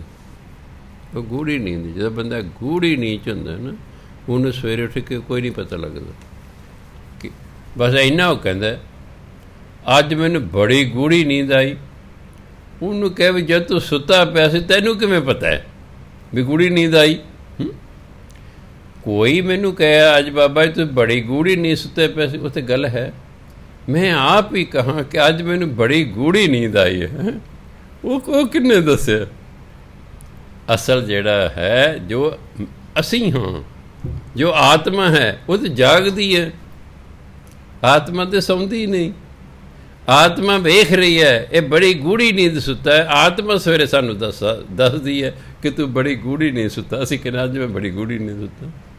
ਹਾਲਾਂਕਿ ਜੇ ਬੰਦਾ ਸੁੱਤਾ ਹੈ ਉਹਨੂੰ ਕੀ ਪਤਾ। ਪਰ ਗੁਰੂ ਧਰਮ ਕਹਿੰਦਾ ਤੁਹਾਡਾ ਸਰੀਰ ਸੁੱਤਾ ਹੋਇਆ, ਤੁਸੀਂ ਜਾਗਦੇ ਹੋ। ਤੁਹਾਡੇ ਅੰਦਰ ਜੋ ਆਤਮਾ ਹੈ ਉਹ ਹਮੇਸ਼ਾ ਜਾਗਦੀ ਹੈ, ਉਹ ਤੁਹਾਨੂੰ ਦੱਸਦੀ ਰਹਿੰਦੀ ਹੈ। ਅੱਗੇ ਕਹਿੰਦੇ ਚੌਥੇ ਆਈ ਊਂਘ, ਅੱਖੀਂ ਮੀਟ ਪਵਾਰ ਗਿਆ, ਸੁਪਨਿਆਂ ਦੇ ਸੰਸਾਰ 'ਚ ਚਲੇ ਜਾਂਦਾ ਹੈ। ਪੀ ਉੱਠ ਰਚਨ ਵਾਦ, ਜਦੋਂ ਜਾਗ ਪੈਂਦਾ ਫਿਰ ਝਗੜੇ ਕਰਦਾ ਲੋਕਾਂ ਨਾਲ, ਫਿਰ ਉਹੀ ਸਾਰੇ ਦਿਨ ਦੇ ਸਿੜੀ ਸਿਆਪੇ 'ਚ ਫਿਰ ਫਸ ਜਾਂਦਾ ਹੈ। ਸਹਿ ਵਰਿਆ ਕੀ ਪਿੜ ਬੱਧੀ, ਅਤੇ ਐਸੇ ਮੈਂ ਤਾਂ 100 ਵਰੇ ਜਿਉਣੇ। ਆਪਣੇ ਸਮਝਦਾ ਮੈਂ ਤਾਂ 100 ਸਾਲ ਜਿਉਣਾ ਹੈ। ਇਸ ਲਈ ਵਾਦ ਵਿਵਾਦ ਲੋਕਾਂ ਨਾਲ ਝਗੜੇ ਕਰਦਾ ਰਹਿੰਦਾ। ਜੇ ਕਿਤੇ ਉਹ ਜਿਹਦੇ ਹੁਣ ਮੈਂ ਗੱਲ ਸੁਣਾਈ, ਹਾਂ ਮਾਰਕੰਡੇ, ਜੇ ਮਾਰਕੰਡੇ ਵਾਂਗੂ ਸਾਡੇ ਵਿਚਾਰ ਵੀ ਪਤਾ ਨਹੀਂ ਸਵੇਰੇ ਮਰ ਜਾਣਾ, ਫਿਰ ਕਿਹਦੇ ਨਾਲ ਲੜੇਗਾ? ਫਿਰ ਕਿਹਦੇ ਨਾਲ ਲੜੇਗਾ? ਯਾਰ ਕੱਲ੍ਹ ਨੂੰ ਮਾਰੀ ਜਾਣਾ, ਕੀ ਇਹਦੇ ਨਾਲ ਲੜਨਾ, ਛੱਡੋ ਪਰ। ਪਰ ਕਿ ਉਹ ਤਾਂ ਕਿ ਮੈਂ ਤਾਂ 100 ਸਾਲ ਜਿਉਣਾ ਹੈ, ਇਸ ਲਈ ਫਿਰ ਲੜਾਈਆਂ ਝਗੜੇ ਵੀ ਕਰਦਾ ਰਹਿੰਦਾ। ਸਭੇ ਵੇਲਾ ਵਕਤ ਸਭ, ਜੇ ਅੱਠੀਂ ਪਉ ਹੋਏ। 8 ਪਹਿਰ ਹੁੰਦੇ ਨੇ। ਜੇ 8 ਪਹਿਰ ਪਰਮਾਤਮਾ ਦਾ ਡਰ ਰਹੇ ਨਾ ਮਨੁੱਖ ਨੂੰ, ਤਾਂ ਸਾਰੇ ਵੇਲੇ ਸਾਰੇ ਵਕਤ ਹੀ ਵਧੀਆ ਨੇ। ਕਿਸੇ ਵੇਲੇ ਵੀ ਨਾਮ ਜਪਿਆ ਜਾ ਸਕਦਾ। ਜੇ ਤੁਸੀਂ ਪਰਮਾਤਮਾ ਦੇ ਭੈ 'ਚ ਰਹਿੰਦੇ ਹੋ ਤਾਂ ਸਾਰੇ ਸਮੇਂ ਹੀ ਅੰਮ੍ਰਿਤ ਵੇਲੇ ਨੇ। ਨਾਨਕ ਸਾਹਿਬ ਮਨ ਵਸੈ, ਸੱਚਾ ਨਹਾਵਣ ਹੋਏ। ਜਦੋਂ ਪਰਮਾਤਮਾ ਮਨ 'ਚ ਵਸ ਜਾਂਦਾ ਨਾ, ਇਹੀ ਅਸਲ ਤੀਰਥ ਇਸ਼ਨਾਨ ਹੈ। ਕਿਉਂਕਿ ਪਰਮਾਤਮਾ ਮਨ 'ਚ ਵਸ ਗਿਆ, ਮਨ ਪਵਿੱਤਰ ਹੋ ਗਿਆ। ਐਕਚੁਅਲੀ ਤੇ ਤੀਰਥਾਂ 'ਤੇ ਇਸ਼ਨਾਨ ਜਾ ਕੇ ਪਵਿੱਤਰ ਹੋਣਾ ਹੈ। ਹੁਣ ਇਹ ਸਾਰੀਆਂ ਫਾਰਮੈਲਿਟੀਆਂ ਬਣ ਗਈਆਂ। ਮੈਂ ਕਹਿਣਾ ਕਿ ਮੰਨ ਲਓ ਤੁਸੀਂ ਤੀਰਥਾਂ 'ਤੇ ਜਾ ਕੇ ਪਵਿੱਤਰ ਹੋ ਵੀ ਗਏ, ਸਪੋਜ਼ ਕਰੋ ਹੋ ਵੀ, ਜੇ ਤੇ ਮੁੜ ਕੇ ਪਾਪ ਕਰਮ ਨਾ ਕੀਤੇ ਗਏ ਤਾਂ ਤੁਹਾਡਾ ਨਹਾਤਾ ਹੋਇਆ ਵੀ ਇਹ ਕਲਾਸ ਗੱਲ ਹੈ। ਜੇ ਮੁੜ ਕੇ ਉਹੀ ਕੰਮ ਕਰਨੇ ਨੇ, ਜਦੋਂ 550 ਸਾਲਾ ਪ੍ਰਕਾਸ਼ ਦਿਹਾੜਾ ਗੁਰੂ ਨਾਨਕ ਦੇਵ ਦਾ ਮਨਾਇਆ, ਉਹਦੇ 12 ਮੇਰਾ ਅਕਤੂਬਰ ਕਿ ਨਵੰਬਰ ਸੀ, ਨਵੰਬਰ ਸੀ। ਅਗਲੇ ਦਿਨ ਐਤਵਾਰ ਸੀ, ਆਪਾਂ ਦਿਨ ਮਨਾਉਣਾ ਸੀ। ਮੈਂ ਕਥਾ 'ਚ ਵੀ ਕਿਹਾ ਸੀ, ਮੈਂ ਜਿਹੜੇ 11 ਤਰੀਕ ਨੂੰ ਰਿਸ਼ਵਤ ਲੈਂਦੇ ਸਨ ਉਹ 13 ਨੂੰ ਵੀ ਲੈਂਦੇ ਰਹੇ। ਜੇ ਜਿਹੜੇ 11 ਨਵੰਬਰ ਨੂੰ ਦੁੱਧ 'ਚ ਪਾਣੀ ਪਾਉਂਦੇ ਸੀ, ਉਹ 13 ਨੂੰ ਵੀ ਉਹਨਾਂ ਨੇ ਪਾਣੀ ਪਾਇਆ। ਜਿਹੜੇ 11 ਨਵੰਬਰ ਨੂੰ ਚੋਰੀਆਂ ਕਰਦੇ ਉਹਨਾਂ 13 ਨੂੰ ਵੀ ਕੀਤੀਆਂ।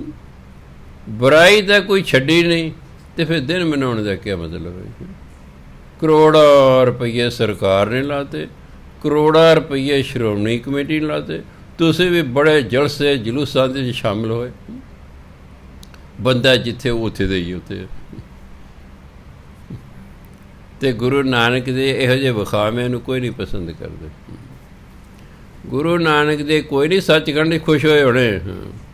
ਅਸੀਂ ਆਪਣੇ ਮਨ ਦੀ ਝੂਠੀ ਤਸੱਲੀ ਜ਼ਰੂਰ ਕਰ ਲਈਏ, ਗੁਰੂ ਨਾਨਕ ਦੇ 550 ਸਾਲਾਂ ਮਨਾ ਲਿਆ ਸੀ, ਉੱਥੇ ਦੇ ਉੱਥੇ ਹੀ ਹੈ। ਕੋਈ ਹੱਥ ਖੜਾ ਕਰਕੇ ਕਹਦੇ ਹਾਂਜੀ ਵੀ ਮੈਂ 11 ਨਵੰਬਰ ਨੂੰ ਮੇਰੇ 'ਚ ਆਹ ਬੁਰਾਈ ਸੀ ਅਤੇ 13 ਨਵੰਬਰ ਨੂੰ ਉਹ ਨਹੀਂ ਸੀ, ਮੈਂ ਸਮਝਾਂਗਾ ਇਹ ਗੁਰੂ ਨਾਨਕ ਦਾ ਪ੍ਰਕਾਸ਼ ਜਿਹੜਾ ਵਾਕਈ ਮਨਾਇਆ ਹੈ। ਹੁਣ ਇਹ ਸਾਰੇ ਸਭ ਕੁਛ ਫਾਰਮੈਲਿਟੀਆਂ ਹੋ ਕੇ ਰਹਿ ਗਈਆਂ ਹਨ। ਲੋਕ ਵਿਖਾਵੇ, ਮਨ ਦੀਆਂ ਝੂਠੀਆਂ ਤਸੱਲੀਆਂ ਰਹਿ ਗਈਆਂ। ਬਸ ਜਨਮ ਨਾਲ ਗੁਰੂ ਨਾਨਕ ਦੀ ਗੱਲ ਇੱਕ ਵੀ ਨਹੀਂ ਮੰਨੀ, ਉਹਦੀ ਗੱਲ ਕਿਸੇ ਮੰਨੀ ਹੀ ਨਹੀਂ। ਕਹੀ ਗਏ ਸਟੇਜਾਂ 'ਤੇ ਗੁਰੂ ਨਾਨਕ ਨੇ ਆਹ ਕੀਤਾ, ਗੁਰੂ ਨਾਨਕ ਨੇ ਕਿਹਾ, ਉਹ ਜਿਹੜੇ ਕਹਿ ਕੇ ਚਲੇ ਗਏ ਉਹ ਵੀ ਉਹੋ ਜਿਹੇ ਰਹਿ ਗਏ। ਮੈਨੂੰ ਤਾਂ ਕੋਈ ਪਰਿਵਰਤਨ ਦੱਸਿਆ ਨਹੀਂ ਹੈ। ਉੱਥੇ ਦੇ ਉੱਥੇ ਹੀ ਲੋਕ ਖੜ੍ਹੇ ਨੇ। 10 ਗੁਰੂ ਆਏ, ਉਨੇ ਸਮੇਂ 'ਚ ਕੁਝ ਪਰਿਵਰਤਨ ਸੀ, ਮੁੜ ਕੇ ਅਸੀਂ ਜੈਸੇ ਥੇ ਬਸ ਉਹੋ ਜਿਹੇ ਹੋ ਗਏ। ਸੋ ਨਾਨਕ ਸਾਹਿਬ ਮਨ ਵਸੈ, ਸੱਚਾ ਨਾਵਣ ਹੋਏ। ਅਸਲ ਸੱਚਾ ਨਾਉਣ ਤਾਂ ਇਹੀ ਹੈ ਜਦੋਂ ਪਰਮਾਤਮਾ ਹਿਰਦੇ 'ਚ ਵਸ ਜਾਵੇ। ਸਤਿਕਾਰਯੋਗ ਸਾਥੀ, ਸਮਾਂ ਹੋ ਗਿਆ। ਵਾਹਿਗੁਰੂ ਜੀ ਕਾ ਖਾਲਸਾ, ਵਾਹਿਗੁਰੂ ਜੀ ਕੀ ਫਤਿਹ। ਇੱਕ ਬੇਨਤੀ ਹੈ ਜੀ, ਸ਼ੁੱਕਰਵਾਰ ਨੂੰ, ਅੱਜ ਕੀ ਵਾਰ ਹੈ? ਬੁੱਧਵਾਰ, 2 ਦਿਨ ਰਹਿ ਗਏ ਨੇ, ਅੱਜ ਮੰਗਲਵਾਰ ਹੈ। ਸ਼ੁੱਕਰਵਾਰ ਨੂੰ ਅਖੰਡ ਪਾਠ ਸ਼ੁਰੂ ਹੋ ਰਹੇ, ਜਿਵੇਂ ਪਹਿਲਾਂ 6 ਜਾਂ 7 ਅਖੰਡ ਪਾਠ ਹੁੰਦੇ। 6ਵੇਂ ਪਾਤਸ਼ਾਹ ਦਾ 25 ਤਰੀਕ ਨੂੰ ਪ੍ਰਕਾਸ਼ ਦਿਹਾੜਾ ਹੈ ਅਤੇ 25 ਨੂੰ ਅਖੰਡ ਪਾਠ ਸ਼ੁਰੂ ਹੋਣਾ, 27 ਨੂੰ ਭੋਗ ਪਾਉਣੇ। ਸਾਰੇ ਪਾਠੀਆਂ, ਸਾਰੀ ਸੰਗਤ ਨੂੰ ਬੇਨਤੀ ਹੈ ਉਹ ਯਾਦ ਰੱਖਣ ਕਿ 25 ਤਰੀਕ ਤੋਂ ਸ਼ੁੱਕਰਵਾਰ ਤੋਂ ਅਖੰਡ ਪਾਠ ਸ਼ੁਰੂ ਹੋਣੇ ਹਨ। ਐਤਵਾਰ ਨੂੰ ਇੱਥੇ ਭੋਗ ਪੈ ਜਾਣਗੇ। ਸਾਰਾ ਕੁਝ ਤਕਰੀਬਨ 8:30 ਵਜੇ ਤੱਕ ਨਿਬੜ ਜਾਂਦਾ ਹੈ। ਠੀਕ ਹੈ। 9:45 ਤੋਂ ਲੈ ਕੇ 9:45 ਵਜੇ ਤੱਕ ਵੱਡਾ ਗੁਰਦੁਆਰਾ ਸਾਹਿਬ ਖੁੱਲ੍ਹੇਗਾ, ਉੱਥੇ ਪ੍ਰੋਗਰਾਮ ਹੋਏਗਾ। 9:45 ਵਜੇ ਤੋਂ ਲੈ ਕੇ 9:45 ਵਜੇ ਤੱਕ ਐਤਵਾਰ ਨੂੰ। ਉਸ ਤੋਂ ਬਾਅਦ ਫਿਰ ਗੁਰੂ ਕਾ ਲੰਗਰ ਹੋਏਗਾ। ਸੋ ਆਪ ਜੀ ਨੇ ਸਭ ਨੇ ਯਾਦ ਰੱਖਣਾ ਅਤੇ ਇੱਕ ਦੂਜੇ ਨੂੰ ਆਪ ਜੀ ਨੇ ਦੱਸ ਵੀ ਦੇਣਾ। ਵਾਹਿਗੁਰੂ ਜੀ ਕਾ ਖਾਲਸਾ, ਵਾਹਿਗੁਰੂ ਜੀ ਕੀ ਫਤਿਹ।